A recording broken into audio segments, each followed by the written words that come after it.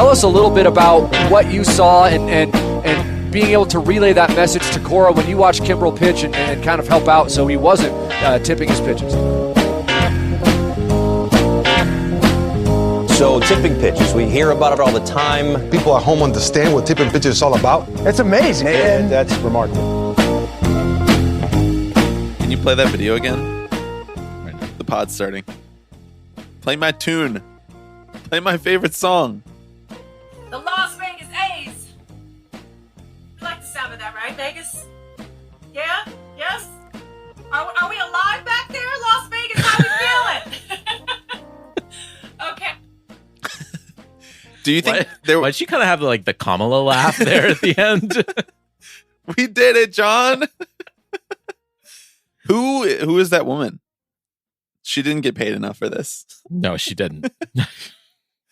Because that is the definition. So in the podcasting world, we have a term called vamping. You know, when you have to fill air space while someone Googles something or while someone tries to, formulate a thought in response to your question. Podcast logic says there can be no dead air, or people will look down at their phone and think that it shut off or paused itself. And she clearly had to vamp because there was two guys there. There's a lot of dead air. Do you think that there were... Play the video again, because I think I hear actually two distinct voices. There are so few cheers that I can hear two different guys go, woo! The Las Vegas A's. We like the sound of that, right, Vegas? Yeah? Yes? Are we alive? Two different guys, right? There's like one guy who's like, yeah, and then there's another guy who's like, woo! One of them is Dave Cavill. He's like... and the other one's like Ross Stripling. He's putting his hand over his mouth. He's like, woo! Oh, who said that? Oh, yeah. The third guy is Alex Wood, but he just clapped. He didn't yell. I don't know why I get Alex Wood and Ross Stripling like confused in my head sometimes. I really don't know why it is. One of them is lefty and one of them is righty. Yep. And well, one you of have them, them one of both them's a now. stock market genius. Now that Ross Stripling is on the A's, think about his portfolio. I mean, he's got VC money left and right, all around him. Yeah. Now he's in the heart of venture capital. Frankly, they should keep the A's in Oakland just because of what it's going to do to Ross Stripling's portfolio to have to move to Vegas. The casinos are already conglomerates. You can't break into that market. Yeah. You don't stand a chance. Well, it's going to start a new casino now? Come on. What is this? The 1950s? What a time to be alive. I want to hear the video one more time. All right. We'll run it back. Third time's a charm. The Las Vegas A's. We like the sound of that, right, Vegas? Yeah? Yes? Are we alive back there, Las Vegas? How we feeling? Okay, we already know the Vegas sports... I really what does she go on to say? I don't Vegas know. sports economy? Yeah, that's not a thing. It's not... I'm sitting there as a Las Vegas resident being like, I really hope the sports economy is thriving this year. That's something that impacts me on a day-to-day basis. I have to show up to school board meetings with a pitchfork to get them to teach my kid algebra. However, the fucking A's got their money and they're building a 30,000 seat stadium. Oh, it's so great. Dude, the Super Bowl is in Las Vegas this year. We haven't really talked about that. We could have gone. Yeah. We should have spent some tipping pitches capital. We knew that the NFL was going to fix it to get Taylor Swift there. We knew that was going to happen. And we should have content calendared our way to it. And we should have gone, and we screwed up. So I'm here to apologize. Just like last week, I apologized for not doing the episode that we're doing today last week when it was really slow and we did a bad episode. I'm here for that's radical transparency exactly. Right there. Accountability 2024. This episode is gonna be a hit. This episode's gonna be a banger. Send it to if you're listening, send it to your friends right now. This is the moment. Send it to people because today we are going through the Forbes real-time billionaires list. I think we settled on doing the top 100 as well as some honorable mentions that Alex has from the 300s. You know how you got to be a hipster with the billionaires. You can't just choose the top 100. Like you can't do top 40 radio. You have to do some deeper dives through the stacks at the record store of the Forbes real-time billionaires list. And we are going to find someone to purchase with United States dollars. or Bitcoin, depending on the industry. Or stock? Can you do stock acquisitions of baseball teams? Maybe for the Atlanta Braves? We're going to find someone to purchase the A's instead of John Fisher. Someone who is going to ride in on their high horse, who's going to swoop in and save the A's. There's just one person out there who can do it, and we are going to land on that person today. Of course, we are also going to talk about the Orioles being the real sale that happened. We'll spend a couple minutes talking about that. But before we do, I am Bobby Wagner. I'm Alex Baisley. And you are listening to the Forbes Business Radio Hour.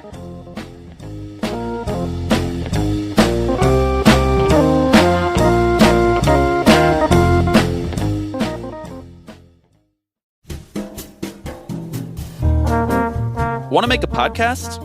Spotify's got a platform that lets you make one super easily, then distribute it everywhere and even earn money all in one place for free, Alex. It's called Spotify for Podcasters, and I got to know how it works. I'd be happy to tell you, Bobby. Spotify for Podcasters is really easy. It lets you record and edit podcasts right from your phone. From where? Computer. Right from your phone or computer. No way. So no matter what your setup is like, you can start creating today. Then you can distribute your podcast to Spotify and everywhere else podcasts are heard. That is very important. People are listening to podcasts everywhere these days, I hear. Video podcasts are also available on Spotify for those who like being in front of a camera. You can even kickstart conversations with your fans, as listeners of this show well know, with Q&As and polls. With Spotify for Podcasters, you can earn money in a variety of ways. Differentiated revenue streams, very important. We know all about that, including ads and podcast subscriptions. And best of all, it is totally free with no catch. Spotify for Podcasters has made it really easy for us to distribute our podcasts, monitor analytics, and engage with our fan base all in one space. So if you're interested, download the Spotify for Podcasters app or go to www.spotify.com/podcasters to get started. All right. Thank you to this week's new patrons: Jacob, Jackson, Ryan, Lucia, depends on what romance language conventions you're following. I don't know how you pronounce your name, but I said it both ways. Thank you. And also Gabe. Speaking of patrons, if you are a top tier patron, you know, you're finally going to receive that holiday card from us, hopefully this week. I put mine in the mail. You did. I stamped them. They are in a USPS truck somewhere right now, I believe. Shout out to my homies, USPS. Okay? They're out there. They're in the world. They're circulating. Did you do that? No, because you have the stamps that I'm going to use for that. But they will be out shortly. Dude, stamps are kind of expensive. However, I'm not going to do like a have you seen what a gallon of milk costs in Joe Biden's America thing. The USPS is a fucking miracle still to this day, even more so than ever. The fact that you can just put a stamp on a piece of paper and just stick it in a box on the corner and it gets to where you need to go. One of the greatest things still functioning in society. Such a crazy good invention. It's so good. It's so good. It is one of the last things that works. I asked you before we started recording, why is everything 10% worse nowadays? Like my phone works 10% worse. My computer, the battery lasts 10% less. But you know, USPS still batting 1,000. Strong. Maybe not batting 1,000, but like they're batting like 7. They're in the hall. They're in the hall. The Orioles, they were sold to your friend and mine, founding member of the Carlyle Group, David Rubenstein. Where did he rank on your real-time billionaires list? Number 788. I didn't even know they made the list that long. Co-founder and co-executive chairman of the Carlyle Group, David Rubenstein, $3.8 billion net worth. He has acquired the Orioles from the Angelos family. Or at least part of the Orioles for now. Yes, 40% for now, and then he has an option that he can exercise like a player option in a couple of years. Right. But notably, not just in a couple of years, specifically when one family patriarch passes on. Yeah, that's true. But notably, he is now the control person. Even though he only owns 40% of the team, they have appointed him the control person as conditional as part of the sale. $1.75 billion was the value that he acquired this stake of the Orioles at. Not 1.75 billion for the 40%. That is what the Orioles were valued at in this acquisition. That's not a lot. That's a pretty good deal. I don't know much about these things, but I feel like that's a little light. Mm-hmm. I wonder what Rob thinks about that, since his entire job performance is based on, is judged on his ability to continue this racket of team values going up so that guys can buy in and sell at any point and make, a chunk of change. Yeah. Upwards of $1 billion. I guess I was kind of surprised by this. A couple people being like, emergency pod win. I don't think that we could pull off an Orioles emergency sale pod because we don't know enough about the sale or what he's going to do. But I would not have chosen the Orioles as the team that was most likely to sell, even though there were rumors and there was sort of the whole situation with them trying to get the public funding to make necessary improvements to Camden Yards, as well as threatening to move the team a couple times. And there were whispers around sort of that, like, John Angelos was not in it for the long haul because of some of these underlying issues and red flags. But he had also sort of fashioned himself a little pulpit up there to talk about stuff and use the Orioles as his loudspeaker for his views on Baltimore. And as a small business owner that he is in the little old city of Baltimore, just holding down the Orioles. And so I am a little bit surprised that he's choosing to step out of the spotlight. Are you surprised by this sale? I don't know about surprised. I mean, as you mentioned, a couple months ago, we had rumblings that this exact thing was going to happen. Yeah. Like the sale to this exact person was going to happen, and it scuttled. Is that when we started talking about the Carlyle Group? And that is when we started talking. Yeah, okay. Because we had tangents on this pod. I don't know if it actually started anywhere or if we just invented it out of thin air. Right. If we just went down a Wikipedia rabbit hole. I did read the better part of the NYU Board of Trustees on last week's podcast or 2 weeks ago. I don't know why. She has won a Grammy. Chandrika Tandon, Grammy award-winning artist. Yeah, and why? After listening, why? Yeah, she kind of rips. She kind of rips it. I get it. Outro music. Yeah, and it caused a whole dust up because it, temporarily scuttled the lease negotiations because Baltimore officials and Maryland officials felt sort of blindsided. They said, "Wait a second, you're negotiating this lease to stay in the city, and you're turning around to sell the team." And John Angelos said, "No, absolutely not.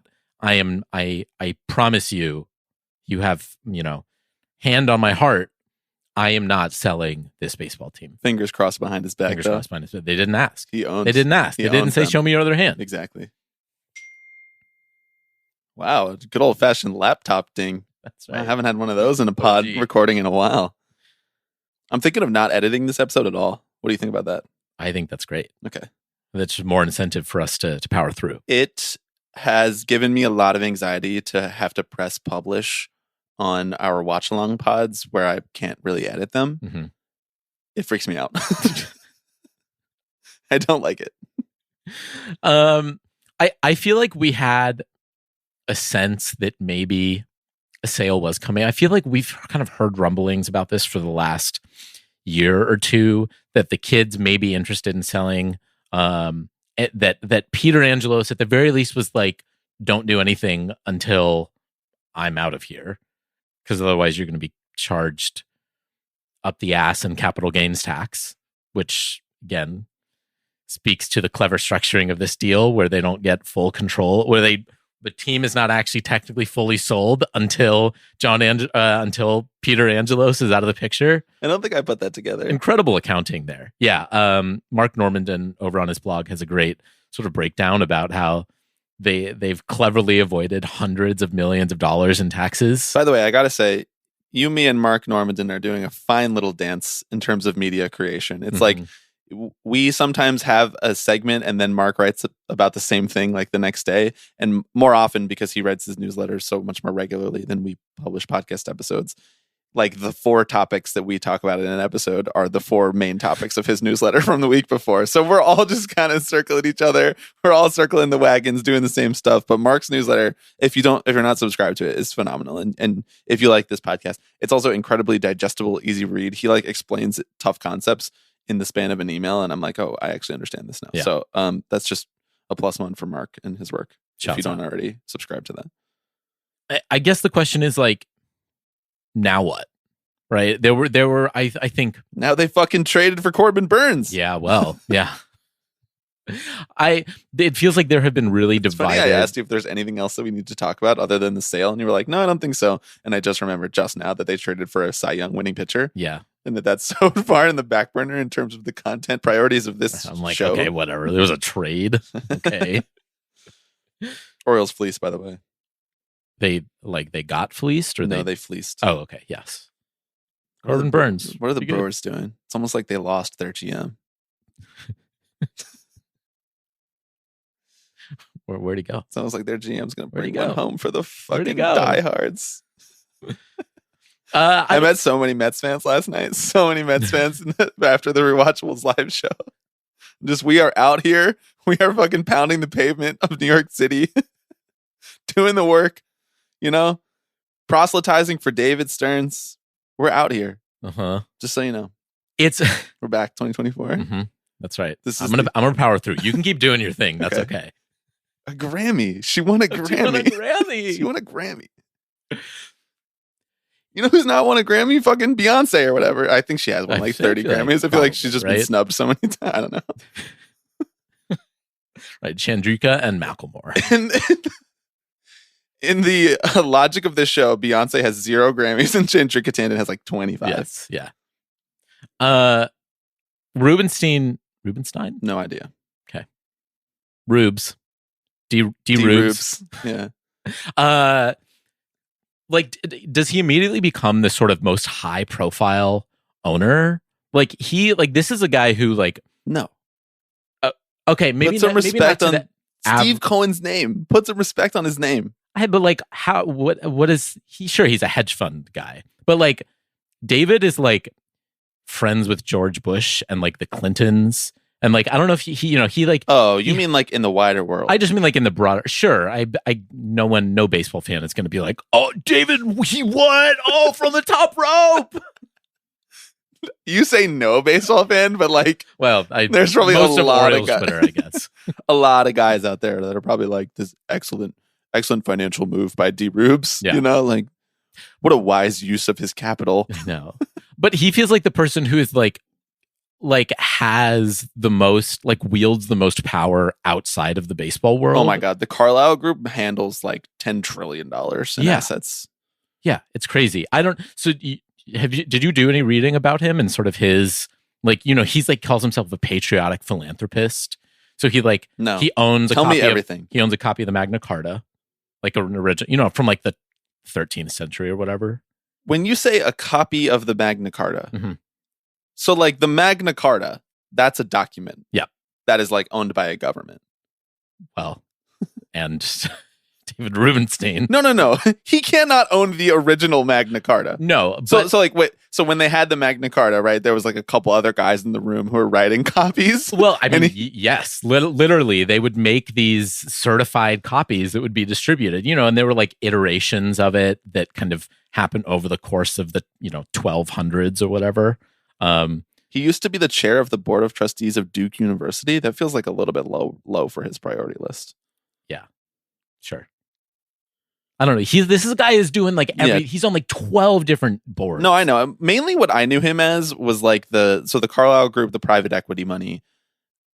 They're doing some interesting stuff, mm-hmm. Which we may or may not have talked about and definitely did not take a stance on the last time the Carlyle Group came up on this podcast. No. Just, some unfortunate coincidences on the days of mass tragedy.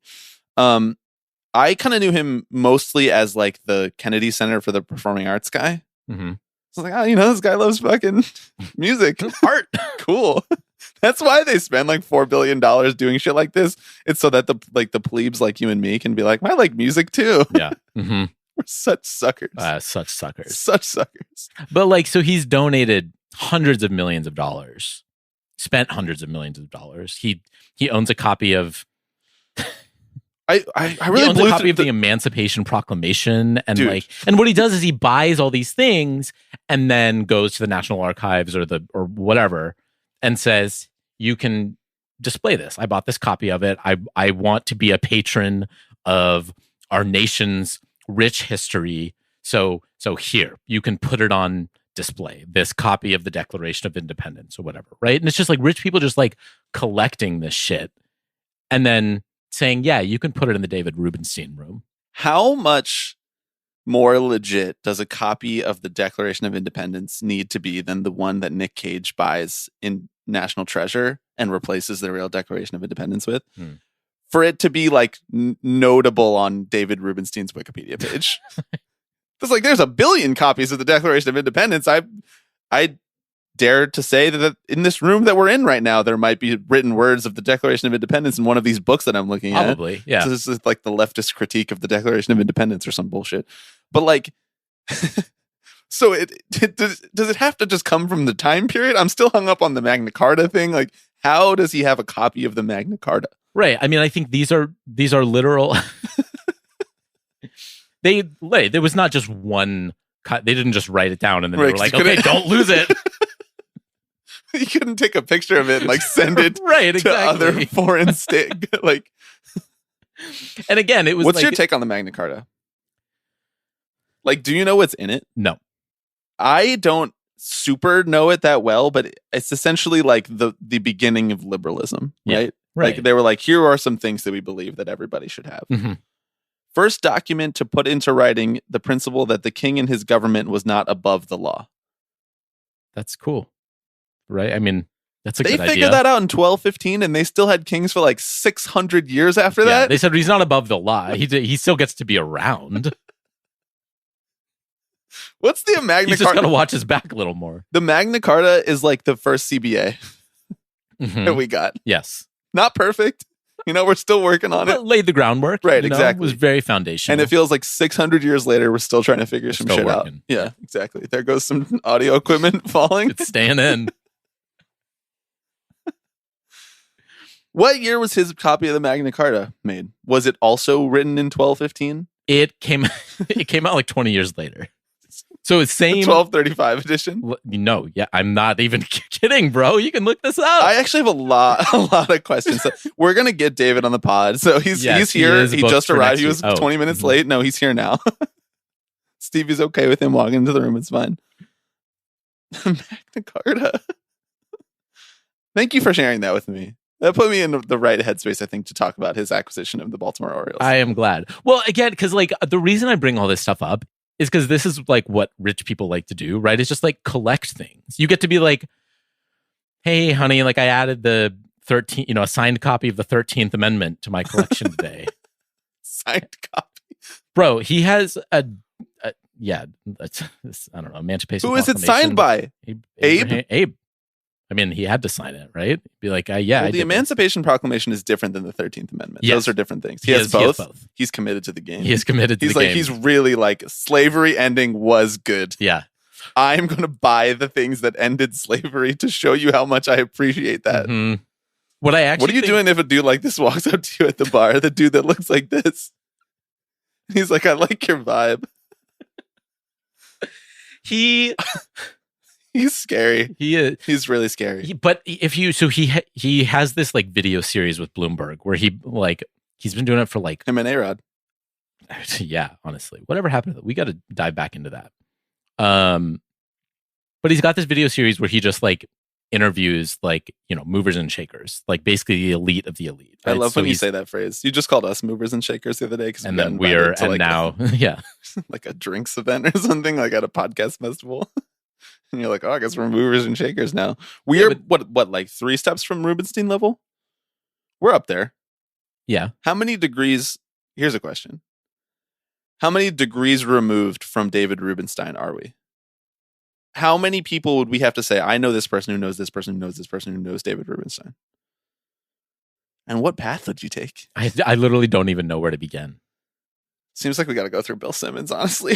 Probably. Yeah. Or actually, if we're being honest, probably some kid we met at NYU. Like a hedge fund person? Right. Like the kid who who ditched your interview, who was going to be featured. Oh. He was like this boy genius or whatever. I don't remember his name. I don't either. They've probably met. No, because he feels like the new wave. He was like trading via algorithm, and David Rubenstein wouldn't like that because then you couldn't override that algorithm in favor. He's like, you've taken the heart out of venture capital. Yeah, we gotta bring some respectability back to venture capital. Honor, legacy. I just want to say his Bloomberg show where he interviews presidents and Supreme Court justices and like other sports owners and like the people, basically the ruling class. Super dry. I was like, this is gonna have some juicy shit in here. Oh my god, you mean I have hours and hours of He's like meek. He's like fawning. Oh wow. He's like, you're doing like the Jordan Peterson read of his interviewing style. He doesn't interview like an alpha male. He's like shy. Vibe, which is fine. That's a vibe. That's okay. Yeah. His now ex-wife used to hang with Ghislaine Maxwell, so I'm just gonna toss that one in there. I'm just not gonna touch that. Okay. Notably, we should actually talk about why he purchased the Orioles, which is that he's from Baltimore, fashions himself to still try to be connected to the community like a lot of rich people do. That humanizes them when they're like, hello, fellow human. I also too am from place. I like thing that happens in place as well. And I will, in a very relatable way, purchase the sports team of that said place. Yeah. And try to bring one home for the boys, the girls and gals, guys and gals. The three genders, the boys, girls, and gals.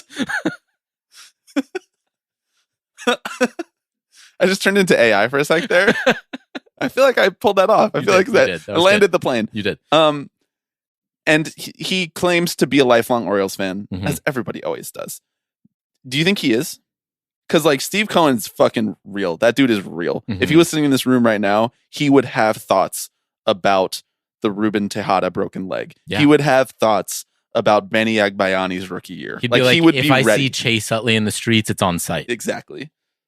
Do you buy his shtick though? And in a larger sense, for the purposes of this here baseball podcast, where we talk about the game and we don't spend a lot of time talking about Duke University and maybe some unsavory connections that owners might have to other people who wield power in this world.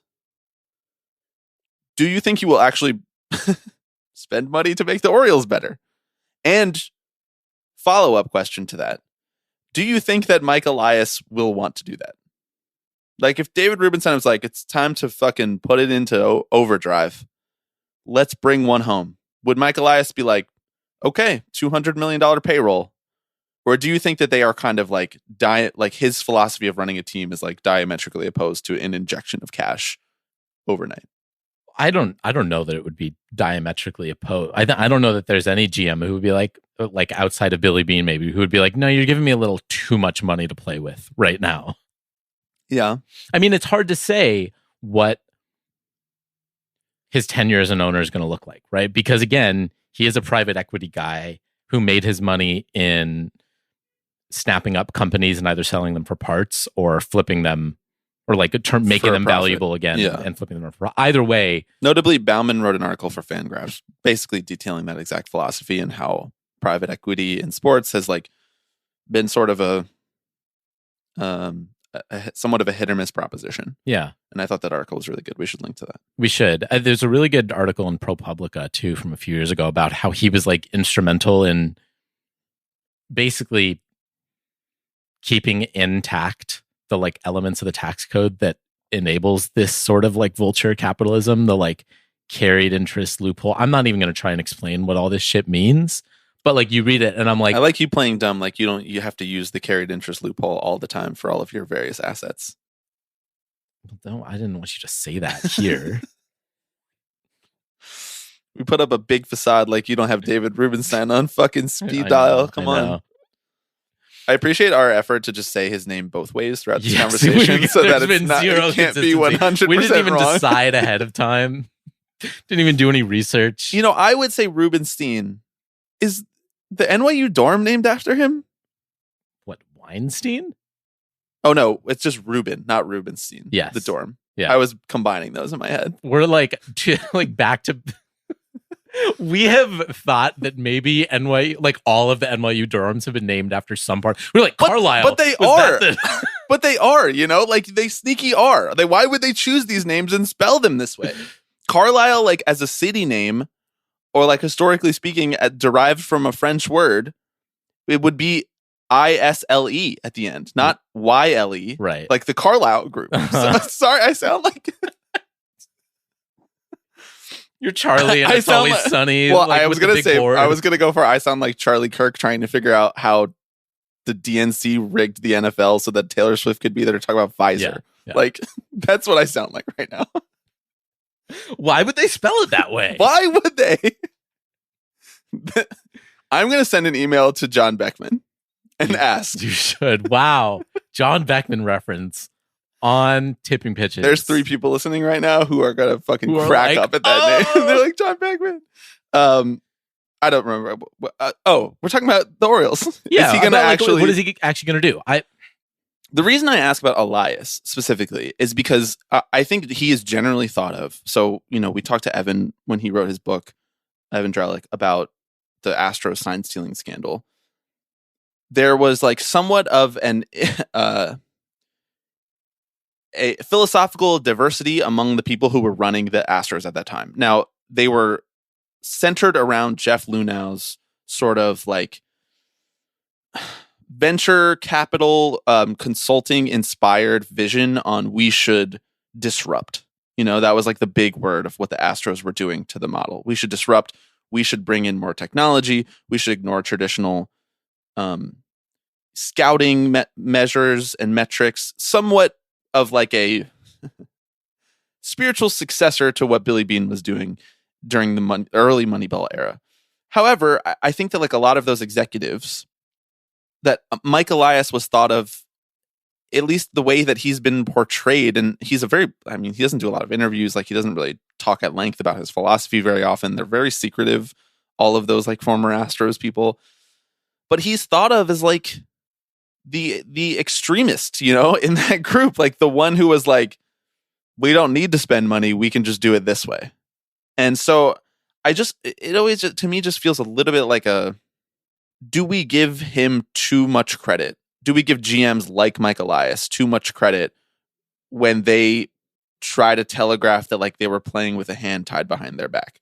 Or do they actually secretly like it? Do they actually secretly want to play with a hand tied behind their back and given their other hand wouldn't know how to use it? Is my question. Because I actually think there are more GMs like that than we think. Like, I think if you choose to run the Rays, you don't actually want to spend that much money. Yeah. And when former Rays people go to a place like the Red Sox, they flounder a little bit. They don't know what to do with all of that. They don't know what to do with the expectation. They don't know what to do with the timeline. They don't know what to do in free agency sometimes. And like, obviously it's a better thing if David Rubenstein comes in and he's like, here's more money, get more good players. Let's try to make the Orioles good. It's better than what the Angelos family was doing. And I'm happy for Orioles fans if that is the eventuality. No, I just don't know. Coin flip. It's kind of a coin flip. Yeah. I wonder what Orioles fans think about this. We should have asked Jake. I mean, I think the prevailing feeling has been one of, you know, our long national nightmare is over, right? Like the Angeloses are gone.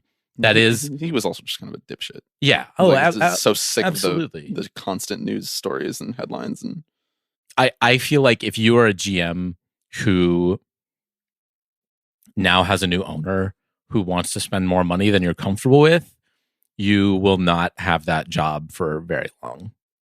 Like if Rubenstein really wants to spend money, I don't know why he would be okay with having a GM who's like pushing back against that. Well, I see your brow furrowing over there as you're doing some research. Rubenstein got his start as a Carter administration official. Yeah. That's not how you get a start. Nobody starts in a presidential administration. Well, he was like a lawyer first, He was like a merger. He passed the bar. Oh, he was an M&A lawyer? Actually, I don't know if I may have just made that up. That's not true. His father was employed by the United States Postal Service. A full circle, baby. See, this is a man who respects institutions. Do you think he likes unions? Well, Has anyone who I has think he likes the union, our union. Has anyone who has ever been titled administration official been pro-union? No. I have to say something now. Maybe this is a good opportunity to pivot to the Forbes list, the nominal exercise of this episode. I'm reading his Forbes page.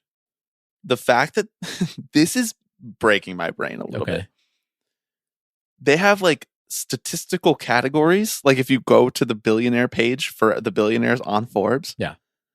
And it's broken down like the back of a baseball card. It literally says personal stats, age, source of wealth, self-made score. Self-made score. I love that. That one in the philanthropy score, bro. Is that out of 10? Yes. Self-made's out of 10, philanthropy out of 5. Just so you know. How am I supposed to know that? Why would they not? Well, this is because you're not a real Forbes head like me, bro. He's self-made 9 out of 10. 9 out of 10. That's right. Because his dad was a USPS worker. Yeah, exactly. He pulled those bootstraps up, bro. When I say you click on, there's like a hyperlink on the self-made score, so you can click to read about how they made it, how they designed it. The title of that article that hyperlinks out to is the Forbes 400 self-made score, from silver spooners to bootstrappers. That's right. Sorry, I just needed a second. I'm ready to move on. I'm ready to do this. So you know what I will say also. Michael Bloomberg is also now an owner of the Baltimore Orioles. He's a part of this ownership group. So I bring that some up of to that say energy that somewhere. All that my top candidate for the A's new owner has been stricken from the list. You were going to go Bloomberg? I was going to go Bloomberg. So he's such a New York guy, though. No. He would try to move the A's to fucking Long Island. I feel like I got to see it for like a longer off season. Yeah, the Corbin Burns trade timing was very weird. It was very funny, very weird. Like I have to assume that like he was not in a position yet to approve a trade like that. So I guess that was probably still Angelos approving that trade. Yeah, it's just the vibes immediately got way better. It's funny that like they could not pull off any trade, get any starting pitcher for the last 2 years when it was clearly a need for the team. And then I guess Angelos approves it at the exact moment where he doesn't even get credit for it anymore.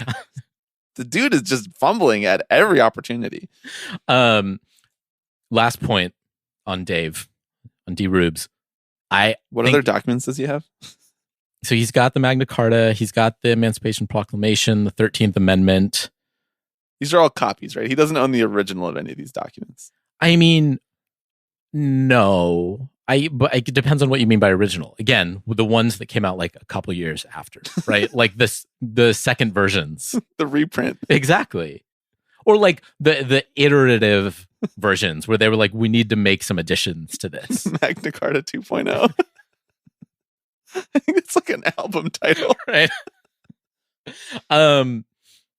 The hundreds of millions of dollars worth of patriotic philanthropy that he does could not keep the New York Post from calling him woke, because apparently if you go to like James Madison or Thomas Jefferson's residences, which he spent money to like upkeep or restore, like, right, exactly. Yeah. They do mention that like they own slaves. And so there's a New York Post article where it's just like they're talking to people who like went on the tour and was like, you would have thought that he started the Ku Klux Klan in there. Goddamn David Rubenstein and his woke liberal influence. Anyway, no one's safe. The woke mind virus does not discriminate, you know? If it gets you, it gets you. Yep. And you got to be willing to call that out. Okay. It doesn't matter how many copies of the Magna Carta you have. How do we get a copy of it? Should we hang a copy of the Magna Carta in the studio? That would be cool. What? Do you think people would get that it was ironic? I don't even know if I would get that it's ironic. Should we hang a copy of the original CBA? That would be kind of sick. I'm gonna go to eBay right now. You think that's something that's just like floating around? No. It's like in Rob's office. It's in Tony's office. No, I think it's in Tony's office. I think it's in Rob's trash can. Well, either that or it's like on his, it's like this is the thing that started it all. This is what we're fighting against. In many ways, it's the reason Rob even has a job. Because he would have never become commissioner if it hadn't been so important to have a fucking labor lawyer as the commissioner. Yeah. So he should be thankful. He should preach at the altar of Marvin Miller. You think? He should. What would he do if not? He wouldn't be the fucking commissioner. He'd be an owner. Yeah. Yeah, he should be thanking us. I got it. We got to get him on this pod. We got to do it. Dave? No, Rob. Oh. Dave too. He can come on if he wants. We have them both at the same time. I think we now have found the owner who is most likely to actually come on this podcast. No as like way. Bro. Oh, because this he's guy just like has does appearances. Do you think he charges a fee? Probably. Do you think we can match it? Probably. Yeah. You can't. There's like a certain fee level that like it's just uncouth to go over. Yeah. You're gonna charge $50,000. We're not asking him to speak at a fucking conference. Right. We're asking him to do a little 20-minute hit on the Tipping Pitches podcast. So, okay, it's time. Forbes real-time billionaire list. We are going to find an owner to purchase the Oakland Athletics from John Fisher. Now, the stated goal of this is not to say, okay, who is most likely to buy the A's? This is like, given the constrictions that we have of reality, being that they're not going to eminent domain the A's to keep them in Oakland. They are not, John Fisher is likely not going to have a change of heart and decide to both spend more money and invest in the team and keep the A's in Oakland, clearly. He's still doing his Sad Boy USA tour, talking about how hard it was for him to choose to move the A's to Vegas. Given all of those constraints, we want to find someone who would be like the least terrible option. We've used that phrase in the past when talking about owners. The person who could purchase the A's, keep them in Oakland, and actually run them even like a median level franchise. We would take anything at this point. So it doesn't really, this is not an emotional exercise for you because you're not an A's fan anymore, right? Because right. You're a Phillies fan, right? Very real Phillies fan. So we decided to go where else but the Forbes real-time billionaire list. You got to be a billionaire to buy the A's. Mm-hmm. They're coming in at least like 2.5. They're in California for a little while. No, bro, they're lower than that. They're like 1.7. That's their value. You could squeeze a couple extra dollars out of that, especially after they move to Vegas. Yeah. Yeah. Wow. Whoa, bro. They're, once again, relying on Forbes, 1.18. Less than the Orioles. I just don't buy it. You got all that VC money over there. I don't buy it. I don't know. It doesn't matter. It has to be a billionaire. We're going through the real-time billionaires list because it's funny. Okay, that's why we're doing this. Now, I suggested that we just read the top 100 because why even fucking bother dealing with the broke boys and girls in the bottom 300? Right. Oh, you have $4 billion. Yeah, wow, okay. Cool. That might be enough money to get you a copy of the Magna Carta. Are you really going to come off the top rope to sign fucking Jacob deGrom? No.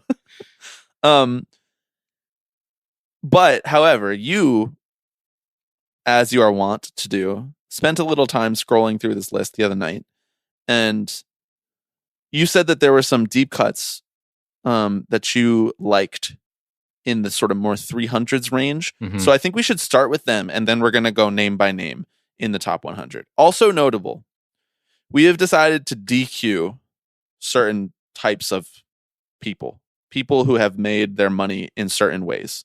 So no oil people, right? Nobody over the age of 80? Like 80. Like, I don't want someone to buy the team who's going to croak and then give it to their kid. Right, exactly. Not that that's drawing from any real life experience.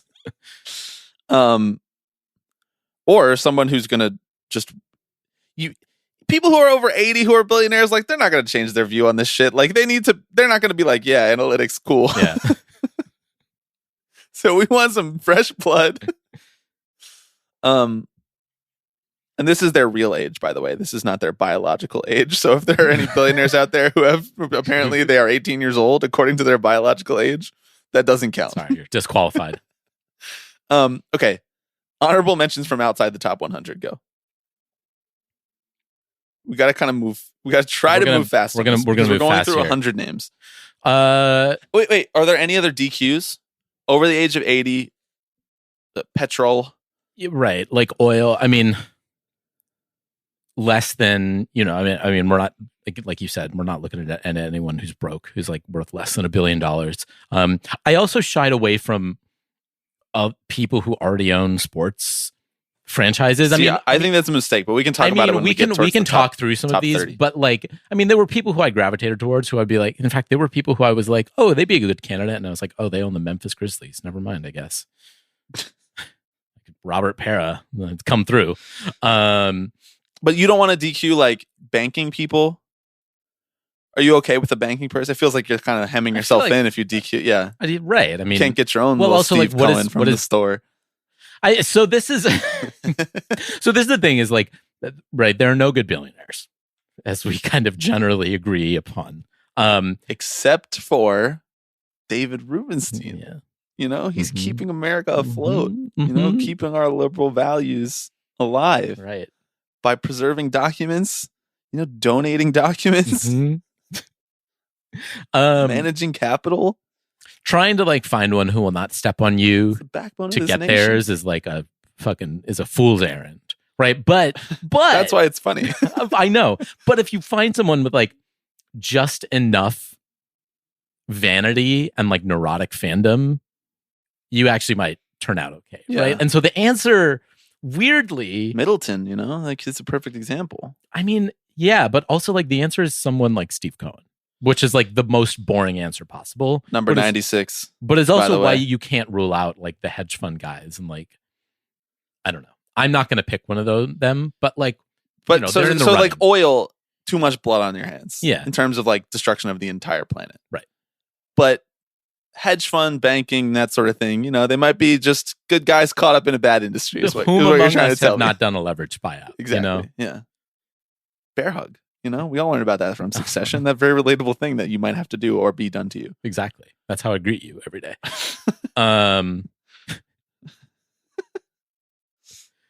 This could be some of our best or worst work. I'm not really sure yet. I really remains to be seen.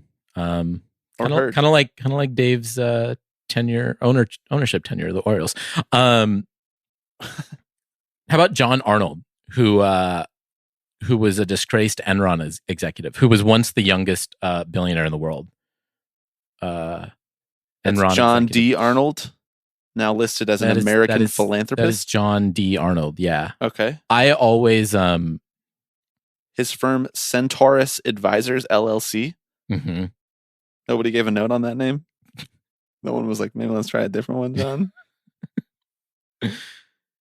He got a cool $8 million bonus check right before Enron filed for bankruptcy, which I think is just... Bad timing. I think it's just kind of sick. Right. I mean, it's bad timing in that it makes him look really bad, even if it's not deserving. He didn't know. He was working really hard. Yeah. He was adding shareholder value. I don't know what to tell you. He earned the company $750 million in the year before it went bankrupt. I think he's entitled to a few dollars being tossed his way. He delivers. In recent years, he's invested in solar farms and deep water oil developments in the Gulf of Mexico. Hilarious. Just playing both sides, I think that DQs him. All right, who's next? How about a little guy named John Paulson? You want to talk board of trustee members? No way did you just throw John Paulson at me. Are you serious? $3.5 billion, number 326 on the Forbes 400. Famously made his money profiting off the financial crisis of 2007, betting against subprime mortgages. Also famously given hundreds of million or like $100 million to New York University, and is one of the people who, at least at one point in time, is he still on the board? Yeah, he is. He is. Okay, cool. Also, he was on Trump's Economic Advisory Council too. Mm-hmm. Here's the most recent headline from Fortune.com. Hedge fund founder John Paulson is accused of hiding billions of dollars in a divorce that includes fighting over a luxury penthouse in Puerto Rico. I hope he gets it. Running a baseball team's light work, you know? He's trying to hide billions in divorce money. Yeah. Here's the thing, Bobby. Self-made score of 9. I'm just saying, like, you love the self-made score. It's good. And a philanthropy score of 4. Out of 5. Which is out of 5. Again. Now, why would they do 1 out of 10 and 1 out of 5? I don't Just understand. fucking doubled it. I know. That's so idiotic.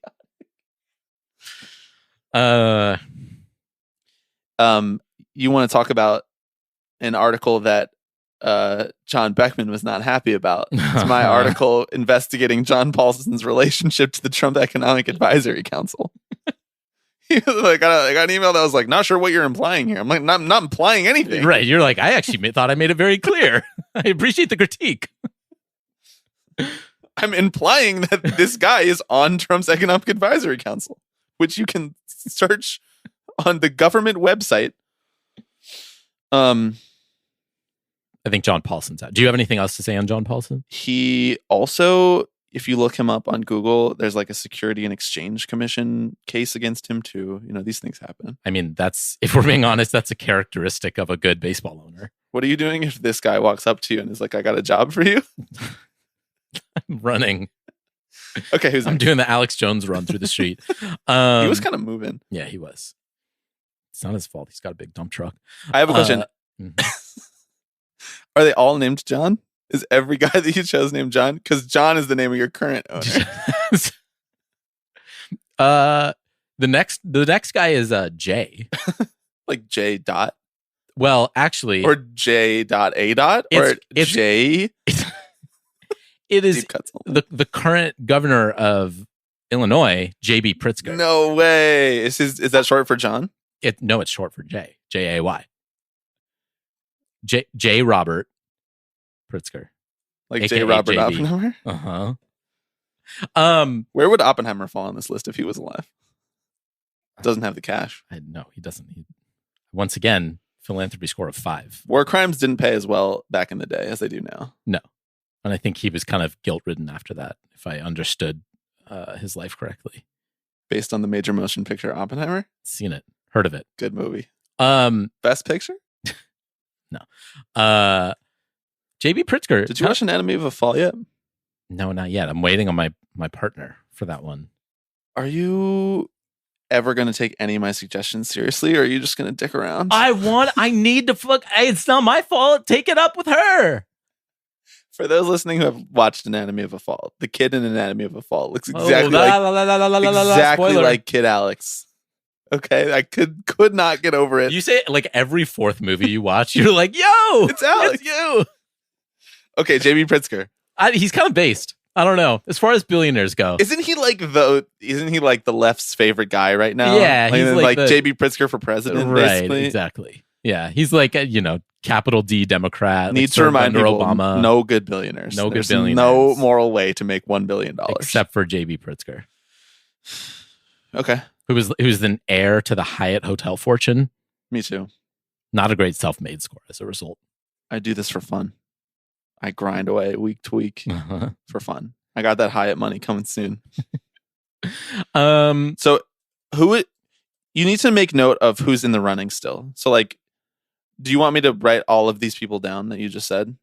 And then we come back to them at the end and we decide? Or like, are any of those people seriously being considered? Like, you really want John Paulson to buy the A's? No, I don't. These are the people who stood out to me as folks who I ardently do not want to buy the team. Oh. Well, actually, maybe some of them. That's what I'm saying. Pritzker? Yeah.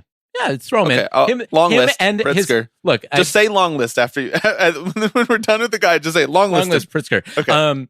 Obviously a little hard because he's the governor of a state right now, although I guess that does not necessarily preclude involvement. His brother might be a better candidate, Anthony, who also lives in California. Let's just say the Pritzker family. Okay. Mm-hmm. Long list. I'm really compromising a lot of things right now. So what you're saying is you support his politics in all Democratic National Committee politics. I said vote blue no matter who. Exactly. Mm-hmm. Do you think when Biden croaks 2 months before the election, they will put him in place on the ticket? When? Or do you think that they're just going to rock with HRC? Because I'm feeling that. You mean David Rubenstein's friend, HRC? He played both sides of the aisle, huh? He was friends with W. Mm-hmm. He was friends with HRC. Yes. As if those people are different. Right. We got to move on. This is verging on fucking Politico territory. This is verging on real, like, early days of Chapo Trap House energy. That's right. Talking about Hillary Clinton. You know who I was kind of drawn to is a podcast I've never once listened to, by the way.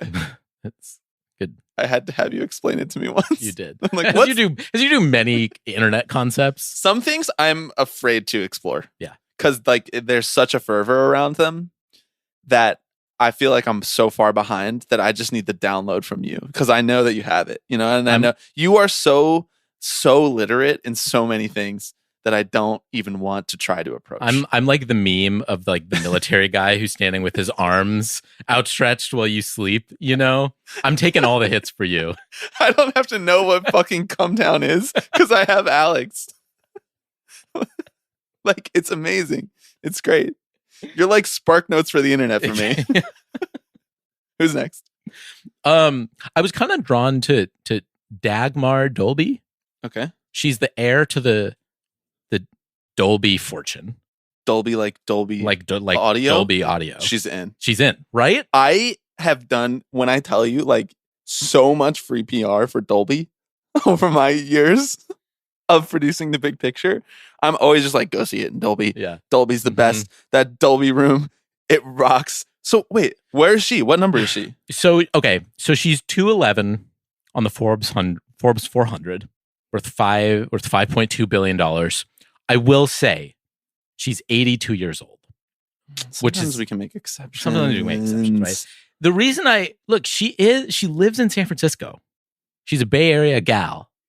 Oh, she is promising. She's like, right? This is what I'm saying.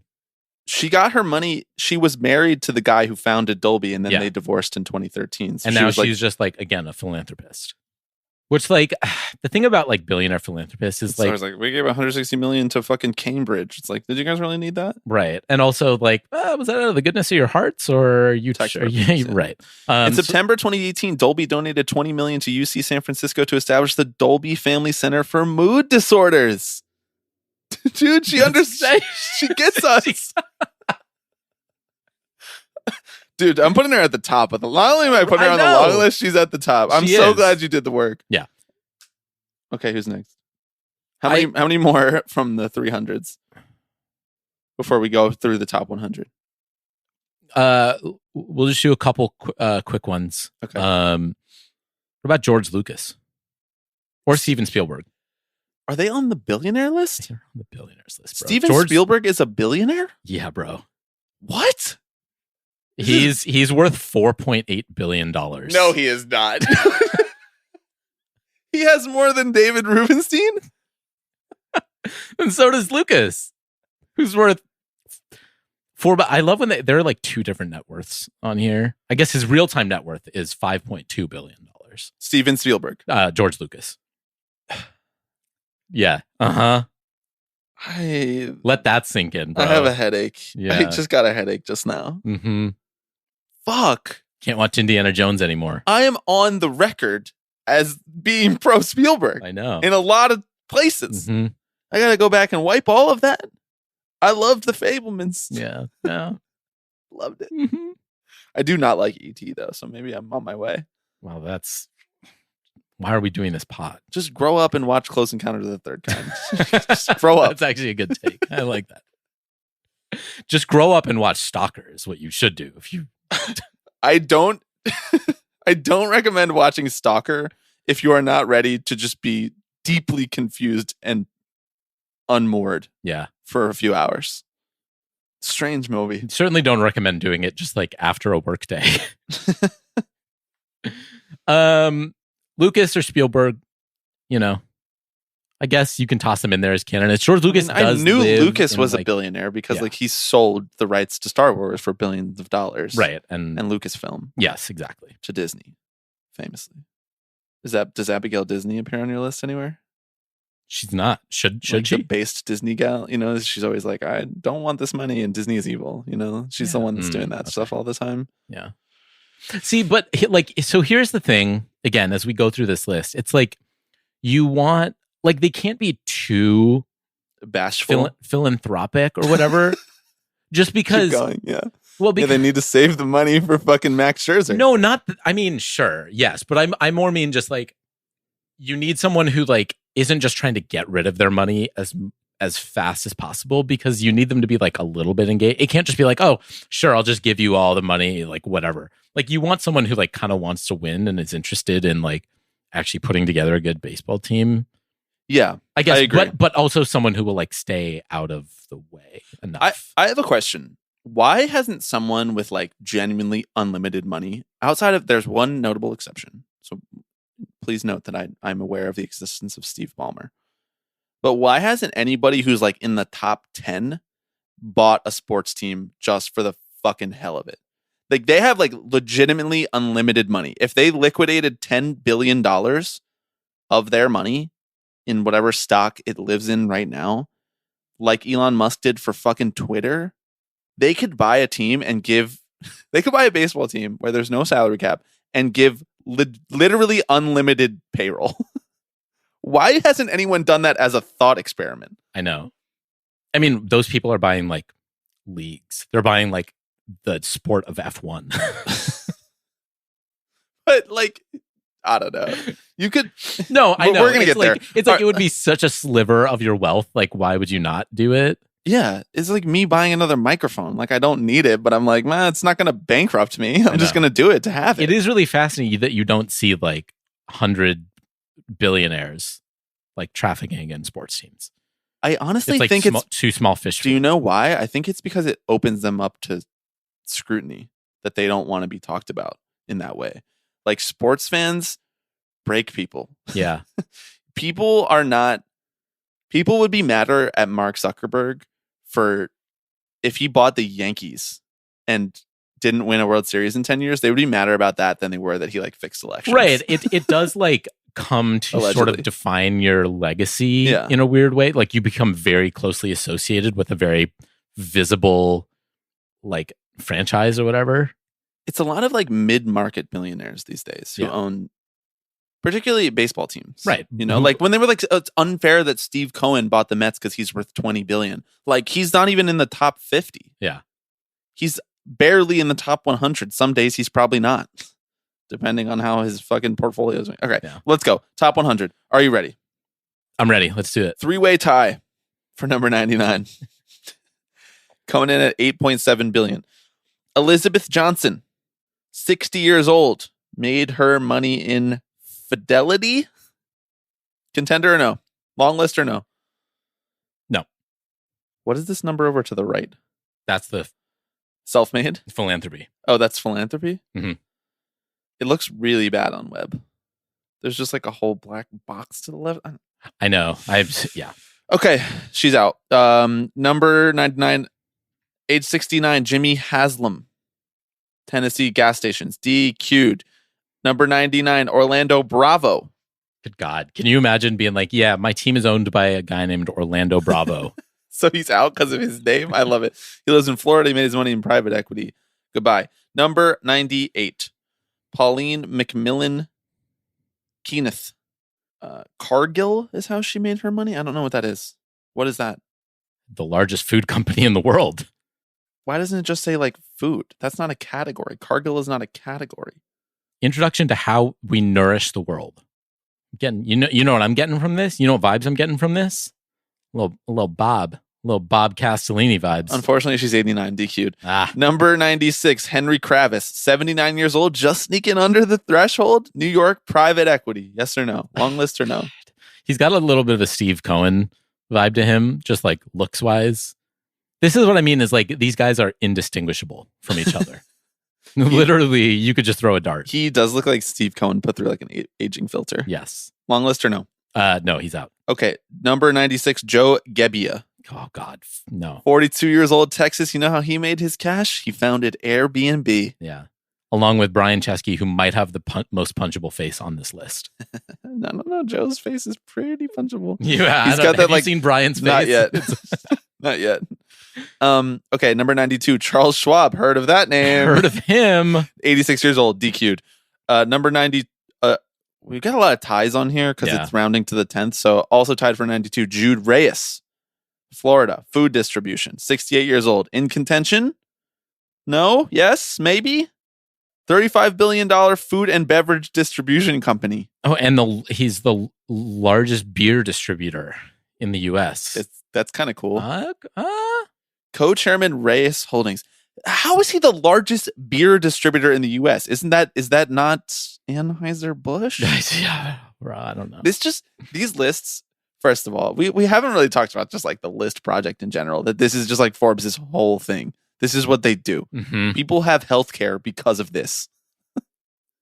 That's insane. Yep. Mm-hmm. These lists. Whenever I look at these lists. Oh, so he's like the largest beer distributor, not the largest he's beer. Not the beer like brewer. Yeah. Right. Okay. So he's just shipping it out, and he's made worth $9 billion because it always makes me remember that I have genuinely no idea how the world works. Right. Nothing. Yeah. Don't know anything about anything at all. Nope. Is he in contention? Long list him? No, I'm out on him. Look at that philanthropy score of 1. No thanks. You really buy into this philanthropy score. Tied for number 92 is his brother, so we're going to skip over him as well. Also tied for 92, Ramzi Musalem, 55 years old, New York private equity. What a headshot for this guy. Yeah.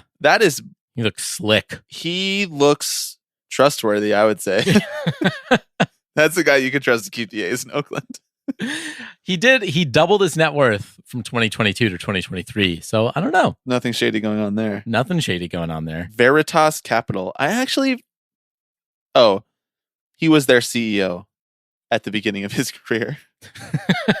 No. He became CEO in 2012.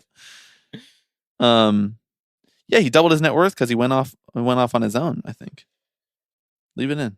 Yeah. Doesn't matter. Jordanian immigrant. Wow. Rob would never approve this. No. Okay, next. 89. Robert F. Smith. 60 years old. $9.2 billion. He resides in Texas. Made his money in private equity. Bro. How long before we get to someone who's not private equity? We won't. That's how this list works. Is he in contention? Okay. He was not, but he did enter into an agreement with the DOJ and IRS to pay $140 million for his role in tax evasion scheme. So accountability. Kind of sick. Kind of based. I think he's on the long list. You're long listing him because he paid back money from tax evasion? Yeah. God, the bar is on the ground. Oh my God. Where is John Fisher on this list? He's lower. He's lower. Because we're in guys who are like people who are worth like $9 billion at this point. Most sports owners are not in this. This is where the magic happens. Oh, he's 94. DQ'd already. Bernard Marcus, founder of Home Depot. Yeah. Sorry, the Home Depot. They have that stylized wrong here in Forbes. Put some respect on the Home Depot's name. 89. Jay Chaudhry. 64. Security Software is how he made his money. CEO of Zscaler. Interesting stylization to that word. ZSC. Never seen those letters together. Is he on the long list? No, he moved from the Bay Area to Nevada. So that maybe doesn't portend well for where the A's might end up. 88. Nancy Walton Laurie. Nancy Walton Laurie inherited a stake in Walmart from her father, Bud Walton, who helped his brother, Sam, build the retail giant. The amount of fucking Waltons. The amount of Walmarters on this list is insane. Incomprehensible. It is unbelievable. She is the niece of Sam Walton. Yeah. And she just inherited the money, and she's worth $9.3 billion. Self-made score, 1. Philanthropy score, 1. L. 87 is an interesting one. How about Ann Walton Cronkite? God damn it, bro. 74 years old. She, not only did she inherit Walton money, she's the previous one's sister. She's also the niece of Sam Walton. She married Stan Kroenke, who we will get to on this list later, who owns the Los Angeles Rams, Denver Nuggets, Colorado Avalanche, Colorado Rapids, and Arsenal football. Waltons are out. Every Walton. You don't like what they did for America? They have greeters in the stores. You know, I actually do like what they did for America, and I think they should stick to what they know. Okay. Number 86. Nathan Blacharczyk. He's another Airbnb guy. How many fucking Airbnb guys? I didn't know Airbnb was really hitting that hard. Put three guys in the top 100? God damn. Good for them. 9.5 billion. He lives in California. What do you think? No, Airbnb guys are... No. Airbnb guys out. Okay. 85. Michael Kim co-founded MBK Partners, the Seoul-based private equity firm that bears his initials and manages more than $26 billion in assets. He is 60 years old. Richest man in Korea. What a title. Just all these like... They're so interchangeable. Private equity guys. I just like... I have no judgment on. Okay, 76. We're all the way up to 76 now because there's been so many ties. Flying through. Harry Stein, 81. DQ'd. Made his money in agriculture. Good old-fashioned way. Monsanto. Wait, did he actually found Monsanto? He was like... okay. Oh, okay. License...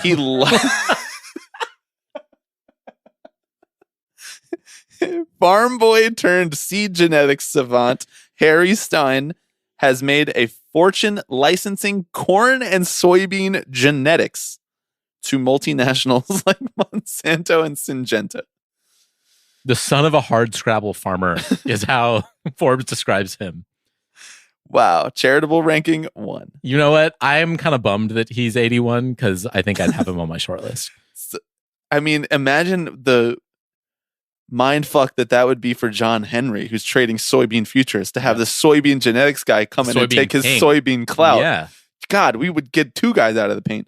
John Fisher and John Henry, 2 Johns, gone. How many Johns own teams? I've said the name John so many times. Stop naming people John. Sorry to one of my childhood best friends who's named John. Number 76, George Roberts, 80 years old, DQ'd, made his money in private equity. Also tied for 76, Victoria Mars. Heard of that? Heard of... Victoria Mars and her 3 sisters are heirs to the family's giant candy and pet food company, Mars Incorporated. Victoria, Valerie, Pamela, and Marichka? Not really sure. They are all tied for 76 at 9.7 billion. What do you say to the Mars sisters?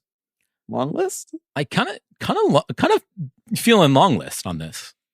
So far on the long list, just for everybody keeping track at home. Just want to know. Dagmar Dolby, J.B. Pritzker, and Anthony Pritzker, Robert F. Smith because he paid money to the IRS, and the Mars sisters. Yeah. Okay, next up, Trudy Cathy White. Ooh, she is the only daughter of Truett Cathy, the founder of Chick-fil-A. Chick-fil-A heiress, Trudy Cathy White. What do you say? I will lump Dan Cathy and Bubba Cathy into this, the Cathy family. They are all tied for 76 as well. They are the heirs to the Chick-fil-A empire. Jesus Christ. They're all under 80, though, just in case you're worried about that. Really terrifying sentence to say. Heirs to the Chick-fil-A empire. Do you know Chick-fil-A has a presence in Major League Baseball? They're not fucking around. They know what ball is all about. They do. Chick-fil-A corner at Citi Field? These guys are out. Okay. Any particular reason? I think they should be summarily... Okay, sounds good. Carl Cook, number 75. Please don't say anything on this podcast that is legally actionable. I didn't. That's because you sound like you said it in your head. You said they should be summarily. You're summarily awarded with a Medal of Honor. Okay. The fries, pretty good. The sandwiches got me through college. Yeah. The 75, Carl Cook. 61, made his money in medical devices. Carl Cook took over as CEO of his parents' medical device manufacturer, Cook Group, when his father, Bill, died in 2011. They don't make guys that look like this anymore. No, they really don't. I'm kind of there's nothing drawing me to him. Okay. You don't have to have a reason. You can just say next. Yeah. 72, Henry Samueli, not sure, is co-founder and chairman of chipmaker Broadcom. Made his money in semiconductors. Normal way to make your cash. Yep. Owns the Anaheim Ducks. Oh, so he's out? So I think he's out. I'm sure. I don't know anything about hockey. Are the Ducks a well-run team? I have no idea. All right, cool. But the Ducks are cool. Yeah. Great logo, great color scheme. Mm-hmm. That duck purple, the Anaheim Ducks purple and blue, is crushing it. Yeah. Those hats are phenomenal. Now, was this a Henry Samueli decision, or did he inherit this color scheme? I have to say, I imagine he had, based on what he looks like, nothing to do with it. You don't think he's a design he was aficionado? the farthest guy from that. He looks like a stock photo. 72, John Malone, 82 years old. He is Heard of him. DQ'd. I've heard of him. Nicknamed the Cable Cowboy, John Malone is known for his penchant for media deals and complicated corporate structures. Me too. Yep. I actually am known for that now at this point. 72. Here's your man. There he is. You are right. He is right. Come on. Super Come punchable. on. Brian Chesky, $10 billion, 42, founder of Airbnb. He has been DQ'd by Alex for his association with said company. Number 70, Patrick Ryan, 86, made his money in insurance. Who among us has not tried that? DQ'd. Number 70, Stephen Ross, a recent subject of this podcast. He's 83 years old. He's What? DQ'd. What did we talk about on the podcast? That was when they were developing the site, when Reinsdorf was developing the site for the new stadium, and the land is owned by Stephen Ross right now, Right, who's the yes. Miami Dolphins owner, by the way. Yeah. And he's also on NYU's board. Number 67, John 2, 82 years old, DQ'd. Yeah. He made his money in computer hardware. Number 67 also made his money in computer hardware, $10.2 billion. That is David Sun, co-founded and helps run Kingston Technology, which makes storage and memory products, as COO from a cubicle on the sales floor. Sounds like a self-made man to me. Mhm. 71, lives in California. Look at that self-made score of 10. Oh, A perfect 10. perfect A 10. dime, you could say. Are we long listing it? He looks like a sweet man. He does look like a sweet man. I mean, the thing is, like, there's something about guys who like develop semiconductors. I'm kind of like, No. you develop computer chips. Like, how hard would it be to run a baseball team? He made surface mount memory chips. Hmm, That's pretty big. that is big. Because like Wait, without the surface surface mount? mount, like you really, how would your computer even work? You know?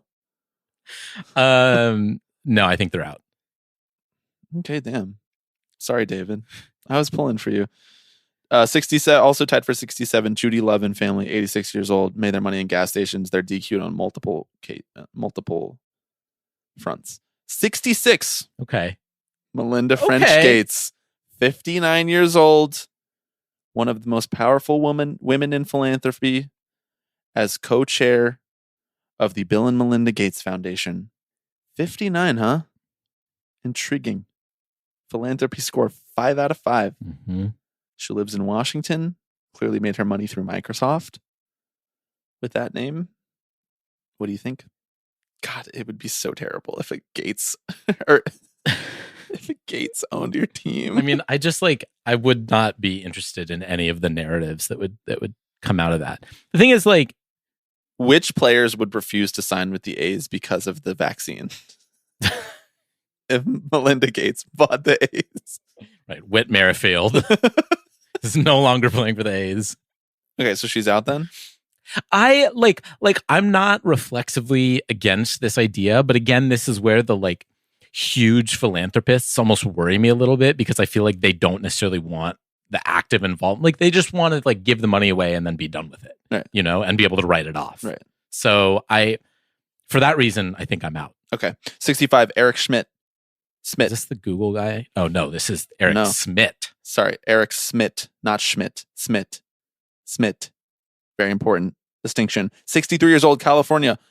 CEO of Harbor Freight Tools. Gotta say, My dad fucking loves Harbor Freight tools. You never know what to give my dad for a holiday, for a birthday, for Father's Day, just because he's being a good guy. A little $25 gift card to Harbor Freight goes a long way.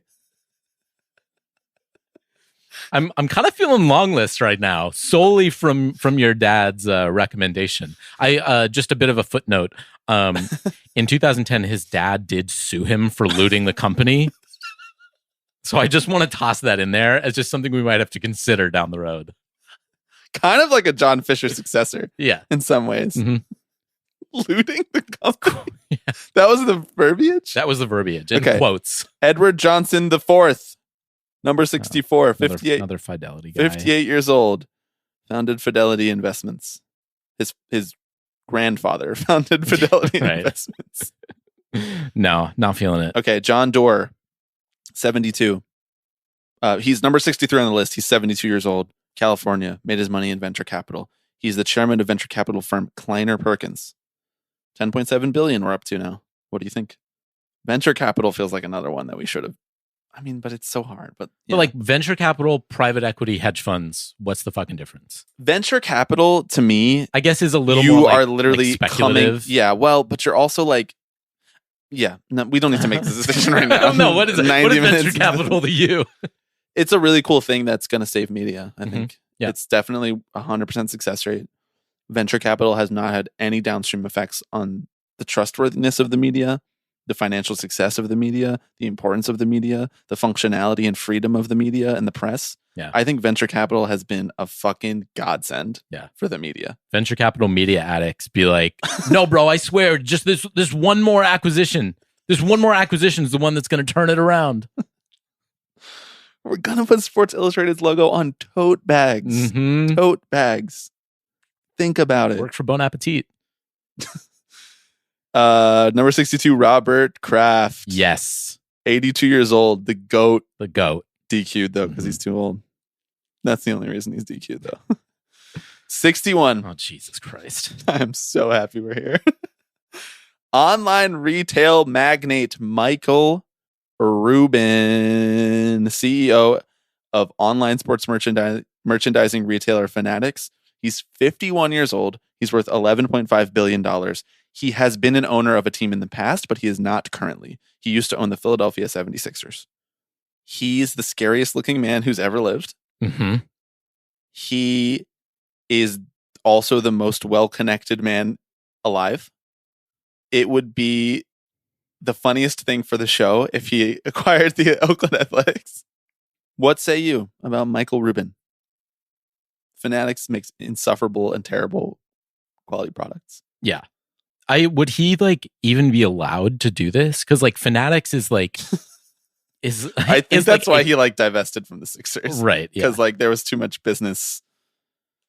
competing business interest league wide. Yeah. So unfortunately, I feel like he might be out. Although I just want to say in his Wikipedia page, it notes that he hosts an annual quote white party in the Hamptons for Independence Day, which is like, you don't know about this? No. You actually don't know about the Michael Rubin white party? No, bro. You've never heard about this before? Nope. Honestly, elucidate me. That is shocking to me. Shocking. It's like the biggest celebrity event of the year. Everybody comes. The only reason I know so much about it is because like all the Sixers players went because they are all friends with him because he used to be the owner. And like I feel like Leonardo DiCaprio was there. Like Kim Kardashian was there. It's like him. Yeah, he's like, that. Like all those pictures that you saw going around of all these celebrities just wearing all white at a house in the Hamptons. That's his thing. Yeah. I can't believe you don't know about that. Like again, like I've seen these photos before, but like I don't know who Michael Rubin is. We've spent so much time on Michael Rubin. We've spent a lot. Is he going on the long list? No. Number 60. He legally can't. I don't think. Donald Newhouse, 94 years old. He and his brother Samuel inherited the publishing and broadcasting empire Advanced Publication decades ago. He's 94. He's DQ'd. Number 58. Christy Walton, another Walmart person. She's DQ'd as well for being part of Walmart. Number 58. Also, Israel Englander, 75 years old, lives in New York, hedge funds, Millennium Management, in 1989. Feels like the kind of guy who probably would buy the A's. I know. And then there's like 38 explainer pieces. Who is Israel Englander? Yeah, I'm out. Okay. 57, Leon Black. Leon Black is the co-founder of private equity behemoth Apollo Global Management, which manages $600 billion in assets. But one of the more famous private equity people in the world, like him and Steve Cohen, are up there. Mm-hmm.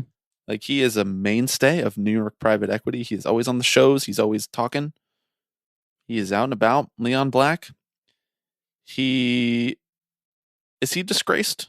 Well, always good when you have a section under Wikipedia that's titled Jeffrey Epstein relationship. That's what I thought. Yeah.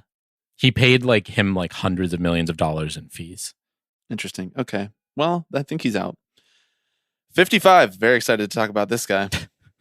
Very excited to talk about this guy. You even mentioned this before we started recording. I think that he's like a contender for you. Yeah. 39 years old, California, made his money via the little old thing called Facebook. Dustin Moskovitz.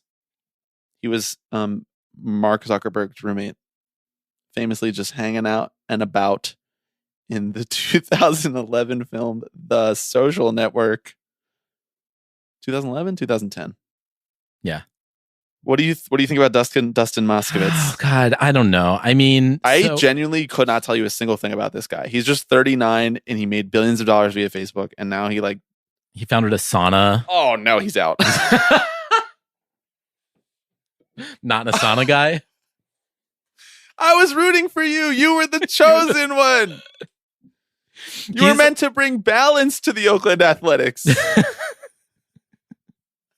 So the thing is, he lives in the Bay Area, right? He lives in San Francisco. So he's got the local ties. Yeah. He is a big philanthropist. I can deal with Asana. I can live with that. The thing that worries me about him a little bit. If it was like Okta, I'd be like, no. Yeah, I know.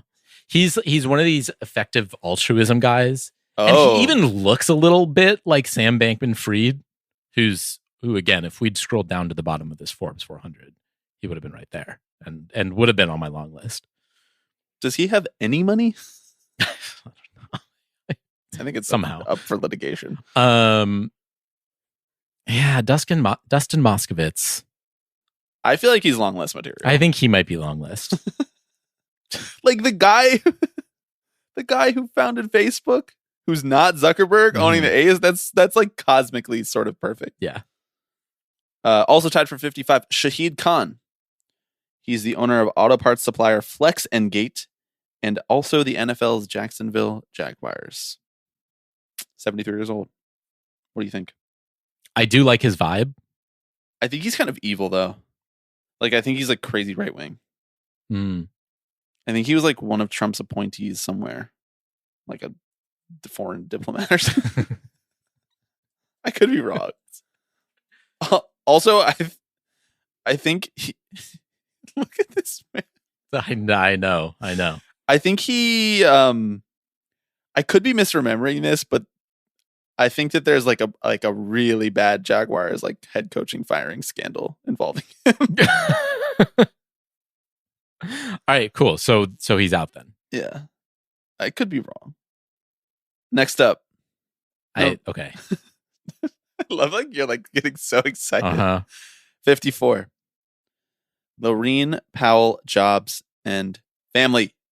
She inherited her fortune mostly through shares of Walt Disney and Apple from her late husband, Apple co-founder Steve Jobs, who died in 2011. She is worth $13.4 billion. She is 59 years old. In terms of on paper, she's right in your sweet spot. Mm-hmm. I did come into this exercise with her kind of on my short list. Okay. Because she does feel like, I think she checks a lot of the boxes. I'll note that she actually, she owns a minority stake in a sports conglomerate that has stakes in NBA, NHL, and WNBA teams. So in theory, maybe she if we were doing people who don't already own sports teams, I don't know why that's a characteristic. It doesn't. Okay, sure. It doesn't necessarily. You just don't want someone who's like already famous for owning another team, right? Like, I'm you not don't gonna want be like, Mark I want Cuban. Robert Kraft to buy my baseball team. Like, all right, could do whatever. worse. You could do far worse. You could do worse. In I'd be fact, on some board. might argue you are doing worse currently. I kind of vibe with it. She's like not too philanthropic, and in fact, I love that you back yourself in this corner where you have to be like, she doesn't give away very much money. That's a good thing. Inside philanthropy. Everything is fine. You know Inside Philanthropy, the news. You read it, right? I have written there a couple times. Yeah. Designated her the least transparent mega giver, which I kind of love. It's like she gives a lot of money, but you don't quite know where it goes. That's sick. That's insane. That's so cool. Insane phrasing. Okay, she's on the long list. Number 51, Jeffrey Hildebrand made his money in oil. DQ'd. Number 51 as well, David Green and family, 81 years old. God, DQ'd. the Hobby Lobby founder. Hell yeah. A preacher's son from a poor background, Hobby Lobby founder David Green opened his first craft shops in 1970 with a $600 loan. Talk about self-made. Too bad. 81. DQ'd. Also tied for 51, David Duffield. This man looks like he was stolen out of a Western and forced to wear a suit. He looks like he already would own a baseball team. He's so sunburned. Mm-hmm. He co-founded not just one, but two successful enterprise software companies after age 40. Who says that? He says it's a game for the young, man. PeopleSoft and Workday. He created Workday. Please Workday. just fucking kill me. I'm out. He's 83 anyway, so he's DQ'd. Number 50, Andrew Beal. 70 years old, lives in Texas. He made his money in banks and real estate. Made a tidy sum during the Great Recession, scooping up beaten down assets. Do you like him? I kind of do. Like, I have to respect the grind. I'm putting him on the long list. Oh God, We're going too slow. 49, George Kaiser. Oil and gas and 81, DQ'd. Number 48, Jerry Jones. I love that of all of the people who on this list, he's listed as making his money for the Dallas Cowboys. yes. What a goat. Mm-hmm. 80, DQ'd. 47, Stanley Kroenke, 76. Aforementioned Stanley Kroenke. When you know him, you just call him Stan. Yeah. So we're going to call him Stan. He lives in Texas. He owns a bunch of fucking teams. And At the A's would be like the smallest part of his sports portfolio. yes, So I'm guessing no for him. I think we're out on him. 45, Autry Stevens. 85 years old, DQ'd, also made their money in oil. Looks like he owns a baseball team already. He looks like Ken Kendrick. Yes, he does. Oh my God. How is his head shaped like that? 45, Philip Anschutz, 83 years old, DQ'd.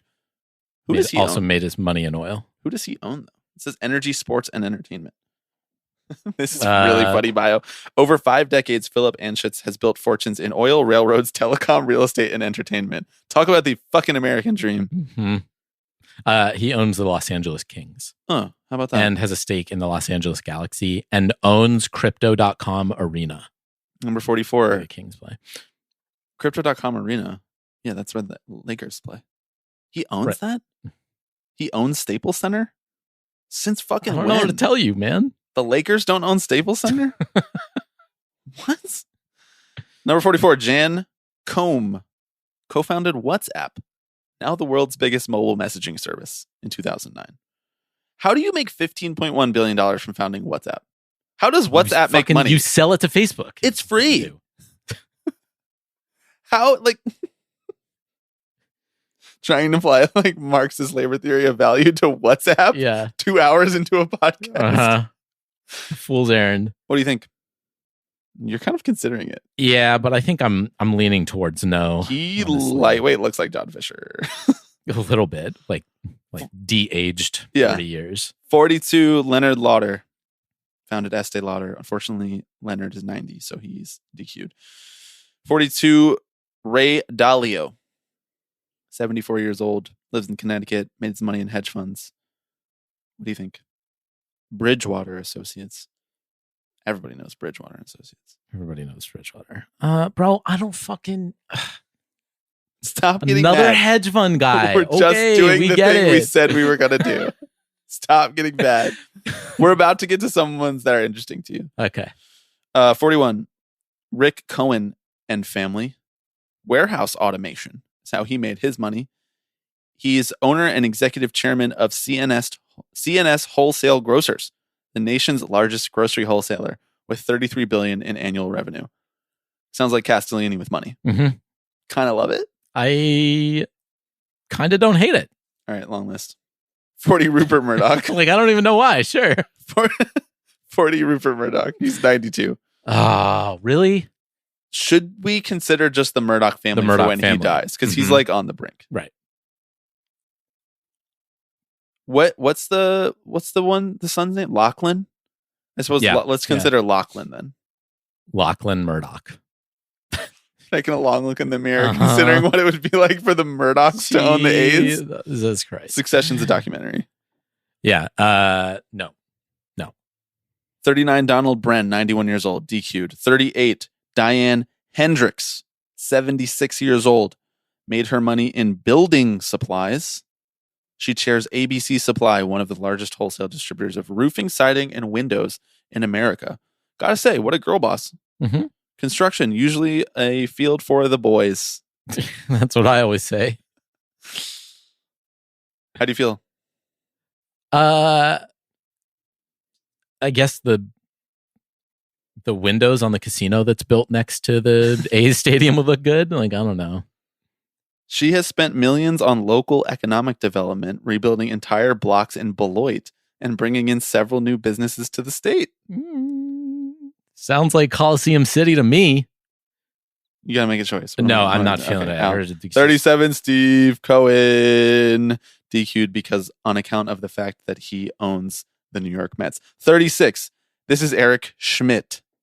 Left the board of Google parent company Alphabet in June 2018 after 18 years. He stayed on as a technical advisor until February 2020. Pretty lackluster description of Eric Schmidt there. Yeah. Just like what he's done in the last year. Google. He made his money at Google. What do you think? I fucking hate this guy. I don't know. He just like, he's like very smarmy. You know, he has a whole media career now where he like talks about like responsibility and like the dangers of AI and stuff. And I just like, we get it. Yeah. I have a big thing about AI, but I'm not going to share it on this podcast. 35, David Tepper. You know this guy as arguably Appaloosa manager. You at home know this guy as arguably the greatest hedge fund manager of his generation. What the fuck? Like, who you got? Jordan, LeBron, or David Tepper? I think he owns the Panthers. He does. I think he's not a good guy, but I could be wrong. Do you want to put him on the long list? He told an interview in 2010 that sometimes if someone is an asshole, like a waiter at the restaurant, I think I could just buy this place and fire that guy. Based as fuck, man. That's thinking big picture. No. David Tepper's out. 34, Daniel Gilbert. Dan Gilbert's worth $21.3 billion. Quicken Loans. That's how he made his money. He's a slumlord in Detroit. And he owns the Cleveland Cavaliers. Yeah. I'm gonna say no on this one. 33, John Menard Jr. Home improvement stores. Menards. You familiar with Menards? I'm actually not. Yeah, I think it's pretty regional. He's 83. He's DQ'd. Thomas Frist Jr. and family. 85 years old. Thomas Frist made his money in hospitals. DQ'd. 31, Lucas Walton. That's Walmart. DQ'd. He's 37. Wow. He's the grandson of Sam Walton. Probably earned his way to his role, though. Yeah. Walmart. Yeah. That self-made score's got to be a 10. Harold Hammond family, number 30, $25.2 billion, 77 years old. Fracking pioneer Harold Hamm founded and chairs Continental Resources, one of the nation's biggest independent oil companies. DQ. 29, Abigail Johnson, 61 years old.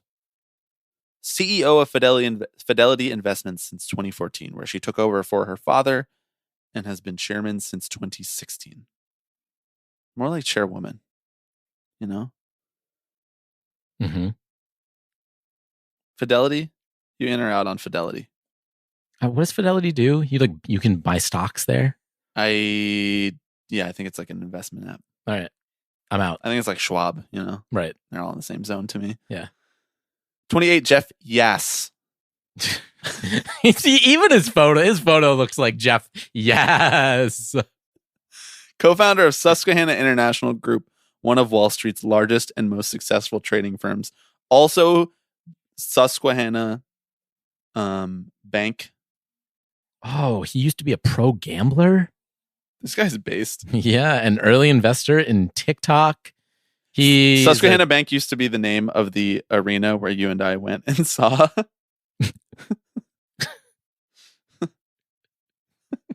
Come on, bring it home. I don't know why his photo being open on my screen is just jarring. It's where we went and saw Earth, Wind, and Fire. Was it actually? Yeah. That used to be Susquehanna Bank Center. I don't know what it's called now. It's changed 5 times in my life. Long list. I don't know. Let's see. He's a major supporter of Israeli right-wing think tanks. Good God. What the fuck? Okay, 27. He's avoided $1 billion in taxes by pouring his money into political campaigns. Thomas Petterfee, a digital trading pioneer. Thomas Petterfee chairs Interactive Brokers, which markets its specialized trading platform to sophisticated investors only. 79 years old, lives in Florida. No, I don't want a Floridian owning my baseball team. Agreed. Jim Simons, 85 years old. He's number 25. DQ'd. 25. Len Blavatnik, 66 years old, does not have a residence listed. They don't know where he lives. He moves in silence. Made his money in music and chemicals. Born in Ukraine, raised north of Moscow. Len Blavatnik immigrated to the U.S. in 1978 with his family. He studied computer science at Columbia University and received an MBA from Harvard Business School. Still don't really understand how he made his money. Where did the money come from? He made his initial fortune after the collapse of the Soviet Union and the privatization of state-owned aluminum and oil assets. Also, he owns most of Warner Music Group. Holy shit. He's He's knighted. I'm so sorry, Sir Len Blavatnik. That's right. Wow. From the collapse of the USSR? That's amazing. Okay, he's DQ'd because of oil then. Miriam. Which is kind of a bummer because I'm kind of into him, man. That would be awesome if he bought the A's. 24, Miriam Adelson and family. She's 77. She's the CEO and chairman of casino company Las Vegas Sands. Sorry, wait. She's the widow of Sheldon Adelson, the former CEO and chairman of casino company Las Vegas Sands. I don't know. Are we feeling the Adelsons? For the purposes of this podcast, it doesn't seem like she would be likely to prevent the A's from moving to Vegas. I don't think so. Nope. 23, Steven Schwartzman. We're up to $34.5 billion, by the way. Son of a dry goods store owner, Steven Schwartzman founded private equity firm Blackstone with fellow billionaire Peter Peterson in 1985. King. Is another New York investments guy. Yes, no, maybe so. What do you think? Yeah, I mean, he's a Republican. In 2010, he compared the Obama administration's plan to raise the tax rate on carried interest, heard of it, to like when Hitler invaded Poland. Those words came out of his mouth. He said, it's a war. It's like when Hitler invaded Poland in 1939. Man, rich person brain is really cool. No, it's exactly like that. 22, Ken Griffin. Ken Griffin founded and runs Citadel, Goated. a hedge fund that manages more than $60 billion in assets. This looks like an oil painting of him. It does. What do you think? What do you think about KG? He's only 54, but he lives in Florida, so you kind of have loosely DQ'd Florida billionaires from buying the California baseball team. I know, and because he was trying to short sell, GameStop stock, I can't get behind him. Yeah. As a big Wall Street bets guy. Let the kids play. Mm-hmm. 21, Mackenzie Scott. Sick. You all know who Mackenzie Scott is. You know. Mackenzie Scott is a philanthropist, author, and the ex-wife of Amazon founder Jeff Bezos. to whom she was married for 25 years. As part of their 2019 divorce, she received a 4% stake in the online retailer Amazon. Are we long listing Mackenzie Scott? Employs a no strings attached style of giving, where she just hands over the money and says, however you want to use it. That sounds like what could Which save the A's. I kind of love. I know that like runs in the face of like not wanting someone to be too philanthropic. Tied at 19, John. Are we long listing Mackenzie? Yeah, long lister. Tied at 19, John Mars and Jacqueline Mars, more from the Mars family. So I'm going to fold them into the whole Mars family. Mm-hmm. Even though, I mean, they're like the founders, the patriarchs. Well, wait, no, they didn't.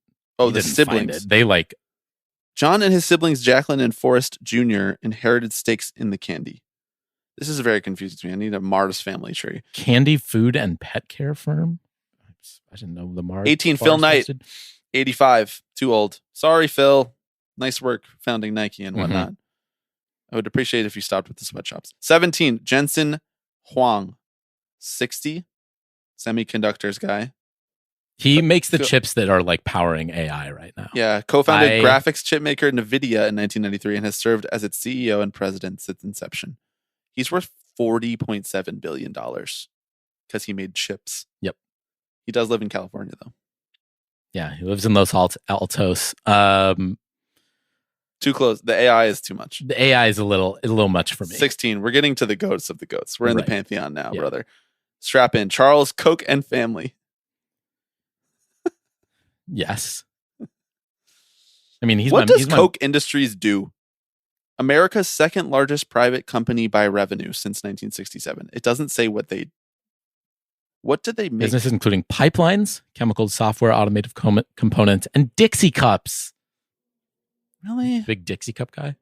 So, like, if I buy a Dixie cup, I'm funding the Dakota Access Pipeline. Okay, he's 87 and he's Charles Koch, so he's DQ'd. Mhm. Number 15, Julia Koch. She's DQ'd also because of on behalf of Koch Industries. We got a nice little run here. 14, Alice Walton, 66.5 billion. 13, Rob Walton, 67.4 billion. 12, Jim Walton, 68.2 billion. Bro, I don't understand how there is this much fortune to be inherited. What do you mean each of them got $40 billion? There's like 12 of these fucking kids running around and grandkids and nephews and nieces and whatever. The nieces thing is really funny. It's really, what? Like, You don't understand? There's a fucking Walmart on every corner of every fucking block in America. guess so, man. This is my coastal elite talking. And guess what?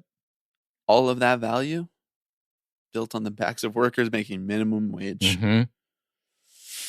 11, Michael Dell. Still only 58. Chairman and CEO of Dell Technologies, which formed in 2016 via Dell's $60 billion merger with computer storage giant EMC. Dell? No. Intel No. Core processors? No. What's wrong with Dell? You could do worse than I Michael don't Dell. know. What is right with it? Sure. Yeah, you could. 10, Michael Bloomberg, 81, DQ'd. Sorry. Because Number 9. he already has a stake in the Baltimore Orioles. I mean, he's 81. Number 9, at long last, we're swimming with the big fish now. Steve Ballmer, the high wattage former CEO of Microsoft, who led the company from 2000 to 2014. Steve Ballmer clocks in at $101 billion. Talk about a sports owner who actually has so much money that he could buy the whole league. Mm-hmm. The way that people talk about Steve Cohen is actually how Steve Ballmer is. It's just that there's a salary cap in the NBA. Yeah. There's not a salary cap in Major League Baseball. And Steve Cohen already spends a lot of time in the state of California, even though he technically lives in Washington. Steve Ballmer. Yeah, sorry, Steve Ballmer. You're thinking long list? I honestly think this is the right answer. Like to this question. He is insane. He wants to win. Yeah. At all costs. He has poured so much money into the Clippers, who suck. Mm-hmm. Basketball is He's looking for a win. Basketball is a really hard sport to just spend your way into winning compared to some of the other sports, because if you don't draft the right guy, if you don't have LeBron or Nikola Jokic, like you're cooked. But in baseball, Think about how immediately overnight this would change the A's. I think he like legally has to be long list. I know. I think so. He would be perfect. Number 8, Mark Zuckerberg. $106 billion. He's 39 years old. I don't know if you know this, but Mark Zuckerberg started Facebook at Harvard in 2004 at the age of 19 for students to match names with photos of classmates. That's what it says on Forbes. I don't know if that's exactly what they were doing. I don't know if that's exactly how that started out. Somebody did not watch the movie. No, I'm not interested in Mark owning my team. Sweet Baby Ray's the only condiment available God, at the you Coliseum. thought the virtual ballpark experience was bad now? I feel like you no-sold my Sweet Baby Ray's joke. Come on. I'm working hard. We're over 2 hours into this pod. By the way, this is going to be our longest pod ever. I know. Remember when we like saved the 2-hour pod for like a... I think this is worth it. All right. So no to the Zuck. If you're going to have a Facebook guy, it might as well be Moskowitz. Right. God, it would be funny if Zuckerberg owned the A's, though. Talk about a guy who's even weirder and more socially awkward than John Fisher. I mean, this is where we're running into like the other owners wouldn't allow this sort of thing. No, he's way too rich. He's way too rich. They're but all also way he's too just rich. like not of their ilk. They would never allow Steve Ballmer. No. All the issues that people were bringing up about Steve Cohen. This is magnified by 10. Oh my God. But we're wish casting. Number 7, Sergey Brin. Heard of him. Founded Google. 110 billion. You fucking hate the Google guys. When the look on your face when the word Google comes up. But like, I hate all these guys, right? It's like each of them unleashes a different visceral reaction. Bill Gates, number 6. Yeah, I'm in. He's only 67. He looks rough for 67. You got that much money? Maybe he should be doing the fucking blood transfusion shit that guy is doing. Brian, whatever. Is Bill Gates the only guy who, when you click on his name, there's a full profile and a premium article? Number 5, Larry Page, the other founder of Google. So that's going to be a no? I think that's going to be... I mean, what is the argument for them? Just that they live in the area and live in the area? Whatever. They don't seem like they know what sports are, maybe? No. Like that they don't know what a sport is. Right. Zuckerberg, though, also seems that way. But he does MMA. True. Number 4, Warren Buffett. Known as the Oracle of Omaha, Warren That's Buffett how I know him. is one of the most successful investors of all time. I know him as Warren, friend of Alex Rodriguez.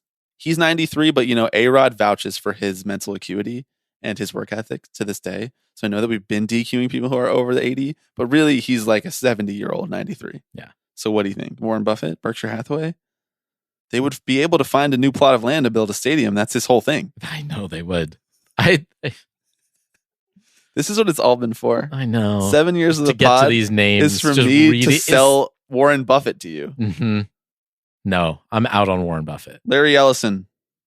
I'm in on Larry Ellison. Oh, man. Larry Ellison is the chairman, chief technology officer, and co-founder of software giant Oracle, of which he owns just under 40%. Here's a pop quiz. What does Oracle do? Are they like a SaaS, like software as a service? Or they're like security, privacy? You're just saying words, right? Cloud applications and cloud platform. I should have known it was fucking cloud. You don't get that big unless it's cloud. Yeah, it's just like storage. It's like real estate, but for the internet. Right. That's their mentality to this. That's how they made so much money. It's how all do like you become enterprise? $158 billion for having cloud storage? How does that happen? How does it happen? There's probably like a million articles about how it happened. Yeah. But I'm not interested in that. So you want me to long list Larry Ellison? He kind of checks all the boxes, I mean, right? He lives in San Francisco. He lives in San Francisco. He's he's like pretty Republican. He's settled insider trading suits. Right. He also is like aware of island sports in Hawaii. So does Zuckerberg, though. True. That's where he does all his training. Yeah. Also, like he is aware of sports because the Oracle Arena. He has a relationship with the Warriors. True. Isn't Oracle the jersey sponsor of the Warriors too? Maybe not. I don't know. Doesn't matter. Why are we talking about? I thought it was like Rakuten or something. Oh yeah, another company. What do they do? What does Rakuten do? No. Fucking internet. Aren't they like technology products? Like MP3 players. Financial technology company. Okay, I was on the right path. Stevie's People like, you also guys are ask- so close right now. You People got also to ask, power through. what does Rakuten do? No, we can't get hung up in Rakuten. We're not even talking about we're them. not even talking Number about 2, Rakuten. I long listed Larry Ellison, by the way, which is hilarious. Uh-huh. Number 2, Jeff Bezos. He has a premium I mean, article next to his name, I too. know, but not if Mackenzie's in the running, right? We can't have both of them on there. Bidding war? Who's willing to throw more away for the A's? Jeff Bezos. I'm not sure if you know, he founded e-commerce giant Amazon in 1994 out of his Seattle garage. Not sure if that story has made its way down to you. Mm-mm. I think that's regional. He believes in the free press as well. Democracy dies in darkness, famously. Yeah. Bezos? Yes? No? Maybe so? He's going to buy the Nationals. So I feel like he might be out. He's not going to buy the as a result of Nationals. that. That's not happening. Number 1, this fucking hostage Here he photo is. of him. Here he is. Elon Musk, 251 billion. Which, like, I just want to say, The real-time list has him a lot lower, by the way. well, that's because a court just voided his like $55 billion payout from Tesla the other day. So his net worth got slashed by like 20%. Who cares? Elon Musk co-founded 6 companies, including electric car maker Tesla, rocket producer SpaceX, and tunneling startup Boring Company. We are on the record as this being the worst possible outcome for all sports fans involved. Is Elon Musk buying specifically the A's? He's like wearing A's jerseys for some reason. It would be okay. Wait. Hang on. Okay. It would be really bad, right? Because like he is like so erratic as a business person, just like reprehensible, like morally. You know, he wouldn't keep the A's from. I mean, like he might fast track the A's move to Las Vegas, right? And be like, that tunnel is going to take you right there. You know, whatever the fuck he's doing with. In that case, they'll be in fucking Oakland forever. Yeah, I know. The tunnels aren't real. The tunnels are not fucking real. Not real. If you think your car is going to go into a fucking tunnel, just give me $1 million if you think that. What you want is someone who's like 20% less Elon Musk, who like has enough of the like, fuck it, I kind of don't give a shit attitude, but like is just not as like meddling and erratic in everything he does. Okay. I don't know where that leaves us. Larry Ellison. It might be Larry Ellison. So we're not long listing Elon. Not Musk. long listing. Okay. No. Are we summarily Elon Musk? I don't know what you're summarily giving him a round of applause. Yeah. Summarily saying, sir, thank you, sir, for saving X.com. Mm-hmm. It's now once again a place where we can distribute this podcast effectively and that everybody can listen to it. That's right, brother. Okay. What does our list look like right now? We've been doing this for so long. It's beautiful. Dagmar Dolby, JB Pritzker, and Anthony Pritzker. Robert F. Smith, who once again, I will remind you only put on here because he decided to pay taxes back to the IRS. Mm-hmm. The Mars family. Eric Schmidt. Not Schmidt. Eric. Wait, I did long list? Eric Schmidt? Yes, you did. Dustin Moskovitz.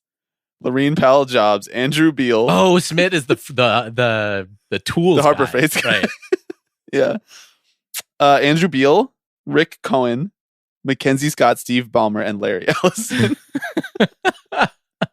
This is the best the world has to offer. These are the best of the best. This is it. This is everything. We've gone through all the names. We've done it. We now come to the part of the podcast where, much like when you had to pick a new team, I'm going to turn the attention to you and say it's time. Who is purchasing the A's? The offers are in. You're Rob Manfred. You select whose offer you accept. That's not how it works. John Fisher would select whose offer they accept. But you know what I mean. How did Pritzker make his money? Inherited, right? But from what? Hotels. Oh, Hyatt. Yeah. Hyatt. Okay. So we have Dolby Hyatt, Mars, Uh-huh. Harbor Freight, Facebook, Apple. What was Andrew Beal again? Why is he on here? Why are Andrew Beal and Rick Cohen on here? Those are two guys too. I don't remember their names. Yeah, I don't know why I put Beal on here either. I think because he made a tidy sum during the Great Recession. Maybe let's strike him. Okay. All right. Tidy sum during Great Recession. Andrew Beal. Dunzo. Who was the other one? Rick Cohen. Oh, wholesale grocer. Right. Oh yeah, Gave you Castellini with money. Yeah. Okay, cool. And then of course Mackenzie Scott, Ballmer, and Ellison. Who's next off the list? So this list is kind of split basically between like people who founded or helped found one thing and got rich as fuck off that, or people whose dad did that and who inherited the money. You just described all billionaires. By the way.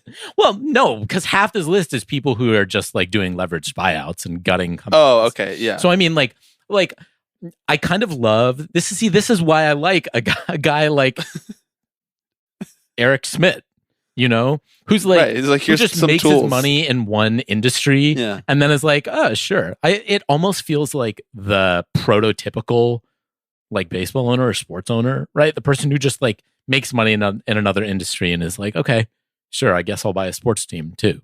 Smith was born in Los Angeles, California. His mother had multiple sclerosis, and his father, overwhelmed, sent him to an orphanage when he was 9. Jesus. 4 years later, he went to live with an Overwhelmed? Just overwhelmed with him? an aunt in Tennessee, returning home after 2 years before moving into his own apartment on his 16th birthday. He graduated from Grant High School in Van Nuys, and then he started Harbor Freight as a teenager with his father, who had sent him away. Because he was having a bad day, I guess. He was named president at age 25. He's got some philanthropy section on his Wikipedia page. Yeah, but all these fuckers do. I know. He's a collector of modern art. He serves on the board of the LACMA, Los Angeles County Museum of Art. He is a prominent Los Angeles Democrat. Hosted fundraising dinners for both Bill and Hillary Clinton. He is a friend and former mayor of Los Angeles, he's a friend of former mayor of Los Angeles, Antonio Villaraigosa, and helped pay down the mayor's ethics fines. Yeah. No Artie Moreno vibes to him. In 2022, he purchased a $350 million mega yacht. He was sued by his parents for looting Harbor Freight. This is what I said, bro. Literally sued by his parents who gave him away when he was 9. I know. Tough to upbringing. an orphanage. Mm-hmm. When he was 9, I feel like we're glossing over the fact that he was 9 years old. This needs to be a film. Like, I don't necessarily know that I want him owning my team, but I do want to know more about him. There's so much drama. Wikipedia cheekily says, not to be confused with Eric Schmidt, or Eric Schmidt. You just said the the same names over and over again. Spelled slightly differently for all of them. Okay. Eric Schmidt is off the list, but Why? Why, you think he just needs this? You think you could use a win in his life? I think it's fascinating. I think he's doing fine. I think he's doing just okay. You know, Harbor Freight is doing well. Yeah. My dad is there a lot. Yeah. He's a Dem. He could be your woke king. He could. You know? Keep the Oakland A's in the East Bay because of its rich cultural history. You know, Hillary Clinton would agree. What? He was a fundraiser for her. Oh, right. Yeah. You forget things too fast. You're focused on the... I don't even know what we've done for the last hour and a half. Overwhelmed. Okay, Eric Schmidt, goodbye. Yeah. Sorry. We'll take Robert Smith off this list too. Okay. You gotta start knocking people out faster. Quick. Stevie, I'm out. Wait, Stevie looks like she needs to go out. Did we decide we're out on Dustin Moskovitz, right? We did not Oh wait, no, decide. he's on the list. He's right. on the list. I'm out. Okay. Probably better to steer clear of Facebook. Mm-hmm. And effective altruism. Yeah, exactly. What do we think? Ballmer, Ellison? I feel like they're cut from the same cloth. I personally like Ballmer more. Okay. Because he sort of reminds me of the A's mascot. Of Stomper. That's too real. Yeah. All right. Ellison's off the list. Okay, Ballmer's staying on. Goodbye. Ballmer staying on.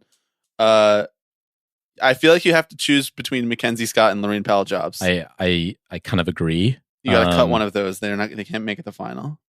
Kind of two ends of the spectrum because Laureen Powell Jobs is known as the least transparent philanthropist, and Mackenzie Scott is the one who's just like no strings attached. Yeah. Mackenzie Scott's significantly richer than Laureen Powell Jobs, if that's a tiebreaker for you. That is true. Yeah, by like tenfold. Yeah. I'm kind of leaning Mackenzie. Okay. Laureen Powell Jobs is like nominally sort of a big D Democrat also, like believes in fucking values, liberal values, you know. Okay, we get it. Mars Family. Mars Family feel like they would have owned a baseball team in like the 1930s. Yeah. You know? Agree. Like and I say that as a point in their favor. Yeah, me too. So I'm kind of hesitant to strike them from the list. Okay. Where do they live again? Where are they based? It's not important. It's okay. We'll move on. They're all over the map. Okay. Virginia, Wyoming, California, Virginia, New York, and Pennsylvania. So they're everywhere. They're in this room right now. They're in the walls. Okay. That leaves Pritzker and Dagmar Dolby. Did we already strike Rick Cohen? No, he's in there still. All right. I want to strike Rick Cohen. R.I.P. I know he's R.I.P. Castellini with I know money. he's a wholesale grocer guy, but he's also This town ain't big enough for the both of us. An AI-enabled robotics company. Is it Boston Dynamics? No, I don't think so. Okay. Fuck. Symbiotic. Okay. You know, the other one that we pay attention to. Right, exactly. This town ain't big enough for the both of us, Castellini said. All right. There's only one man who sells carrots in this league, and that is Bob. Yeah. He's got carrots and lettuce and mushrooms, porcini, the vegetable king, Bob Castellini. Okay, we're down to 5. Down to 5. Dolby, Pritzker, Mars, Mackenzie Scott, or Steve Ballmer. Mm-hmm. I think Steve Ballmer is too obvious and boring of a choice to have spent this much time doing this. I agree. He's out. He's also never going to be allowed to buy a baseball team. True. Neither are any of these people. But No. I mean, yeah. Final 4. Who's next? Who's getting cut next? I feel like Pritzker is more likely to buy the White Sox when Jerry Reinsdorf ultimately Yeah, he doesn't really seem like the type of person who he is a very Midwestern billionaire. He has huge Midwestern vibes. Yeah. Dolby, Mars, and Scott. Dagmar Dolby, the whole Mars family, who are somehow coming in together. They're going to be like the Pohlads who own the twins. Right, exactly. It's just going to be like one of them will be the person who's the control person, but they're all putting in some cash into the pot. Yeah. The Ricketts, you know? I'm the Ricketts of the West. In love with any of these ideas, to be honest. I got to say, we fucking crushed it. Mm-hmm. Dagmar Dolby. I'm sorry. Wait, the Ricketts of the West was really funny. I got distracted.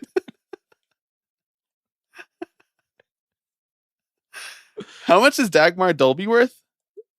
Like $5 billion or something like that. That's enough, right? Yeah, that's enough.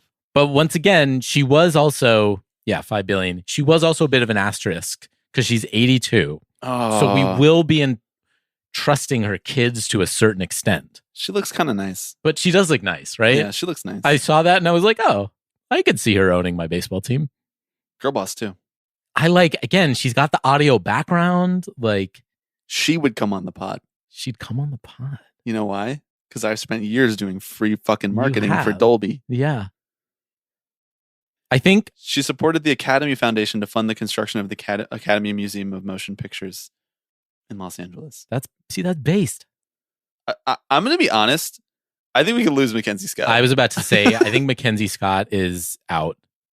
It'd be funny if we DQ'd all these people for being over 80 and then we just chose someone who's over 80.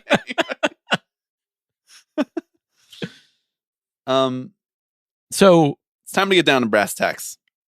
It's Mars or Dolby. 2 fucking name brands. Mm-hmm. True Blue. America First companies. Different sides of the same coin. Yeah. You know? Titans of industry. Yeah. I'm just going to keep going. Remember I explained what vamping was at the beginning of this podcast? I'm just going to let you do it. What are 2 things that go together great? Cinema and candy. True. Think about how much free candy they would hand out at the Coliseum. The kids would go crazy for it. Or conversely, think about how great the audio would sound in the A's new stadium. You should have to pick, please, for the love of God, pick. I think Are you trying to look into her kids? I'm. Oh, wait. Holy shit. An important thing I remembered. Okay. Remember 2018, the $20 million donation for the Dolby Family Center for Mood Disorders? Yeah. Just want to bring that back up. That was it? Yeah. We talked about how Dagmar Dolby lives in San Francisco, right? Yes. Right. So she's got the local ties. The Mars family spread out over the country. But like, I am also kind of leaning towards the Mars family collectively worth like $100 billion. Yeah. Like each of them has like 20 billion. Right. Again, Naturally. Sure. A lot of candy bars have sold over the years. Candy bars. Big Milky Way guy. Mars family, welcome to Oakland. Let's go. What else gives you such value? Mars, with all the goodness of milk, glucose, sugar, and thick chocolate. Big bar enjoyment and big bar value. Weigh it up. A Mars a day helps you work, rest, and play. A fucking valiant effort from Dagmar Dolby, though. $5 billion. She was just outclassed. She was. But honestly, coming in second, what an honor. What an honor. What an honor. She can buy an expansion team. Let's give it up for the Mars family, everybody. That is Jacqueline, John, Marichka, Pamela, Valerie, and Victoria. Yeah, the four Mars sisters. Girl bosses. Girl bossing their way to the top of the league. Was this a good exercise? Did you have fun? You know, it was an exercise that we got to the end of. If you enjoyed this and you enjoy more ridiculous content like this, you can find bonus content at Tipping Pitches. Bonus content at patreon.com/tippingpitches. Alex is laughing because why would you ever need to listen to more of us after this? If this wasn't enough for you. There's more. Where that came from. Much like the Walton fortune, there's always more. Yep. Thank you everybody for listening. I had a lot of fun doing this. I hope that I was able to cut out enough time to make this close to 2 hours. Not like 2 hours and 30 minutes. But either way, I think we landed in the right spot. They brought us chocolate and then they're going to bring us World Series rings. Next week on the pod, on the main feed, we are going to be taking a week off from doing normal episodes, and we will be unlocking, so to speak, an episode that we did for our Patreon. It was a watch-along, the aforementioned watch-along, of the film Moneyball. Not sure if you've heard of it. Not sure if you've heard of the film Moneyball. Not sure if it's ever come up on this show. We did a watch-along commentary track for that with none other than Blank Check's David Sims. And that'll be on the feed next week. In 2 weeks' time, we'll be back with a normal, if you can call it that, episode of Tipping Pitches. Thank you for listening. But you never listen to the music, did ya? Toss around, you don't hear other people's problems. Try not to look at the person to solve them. Hello, everybody. I'm Alex Rodriguez. Tipping Pitches. Tipping Pitches. This is the one that I love the most. Tipping Pitches. So we'll see you next week. See ya! Woo! That's right, Stevie.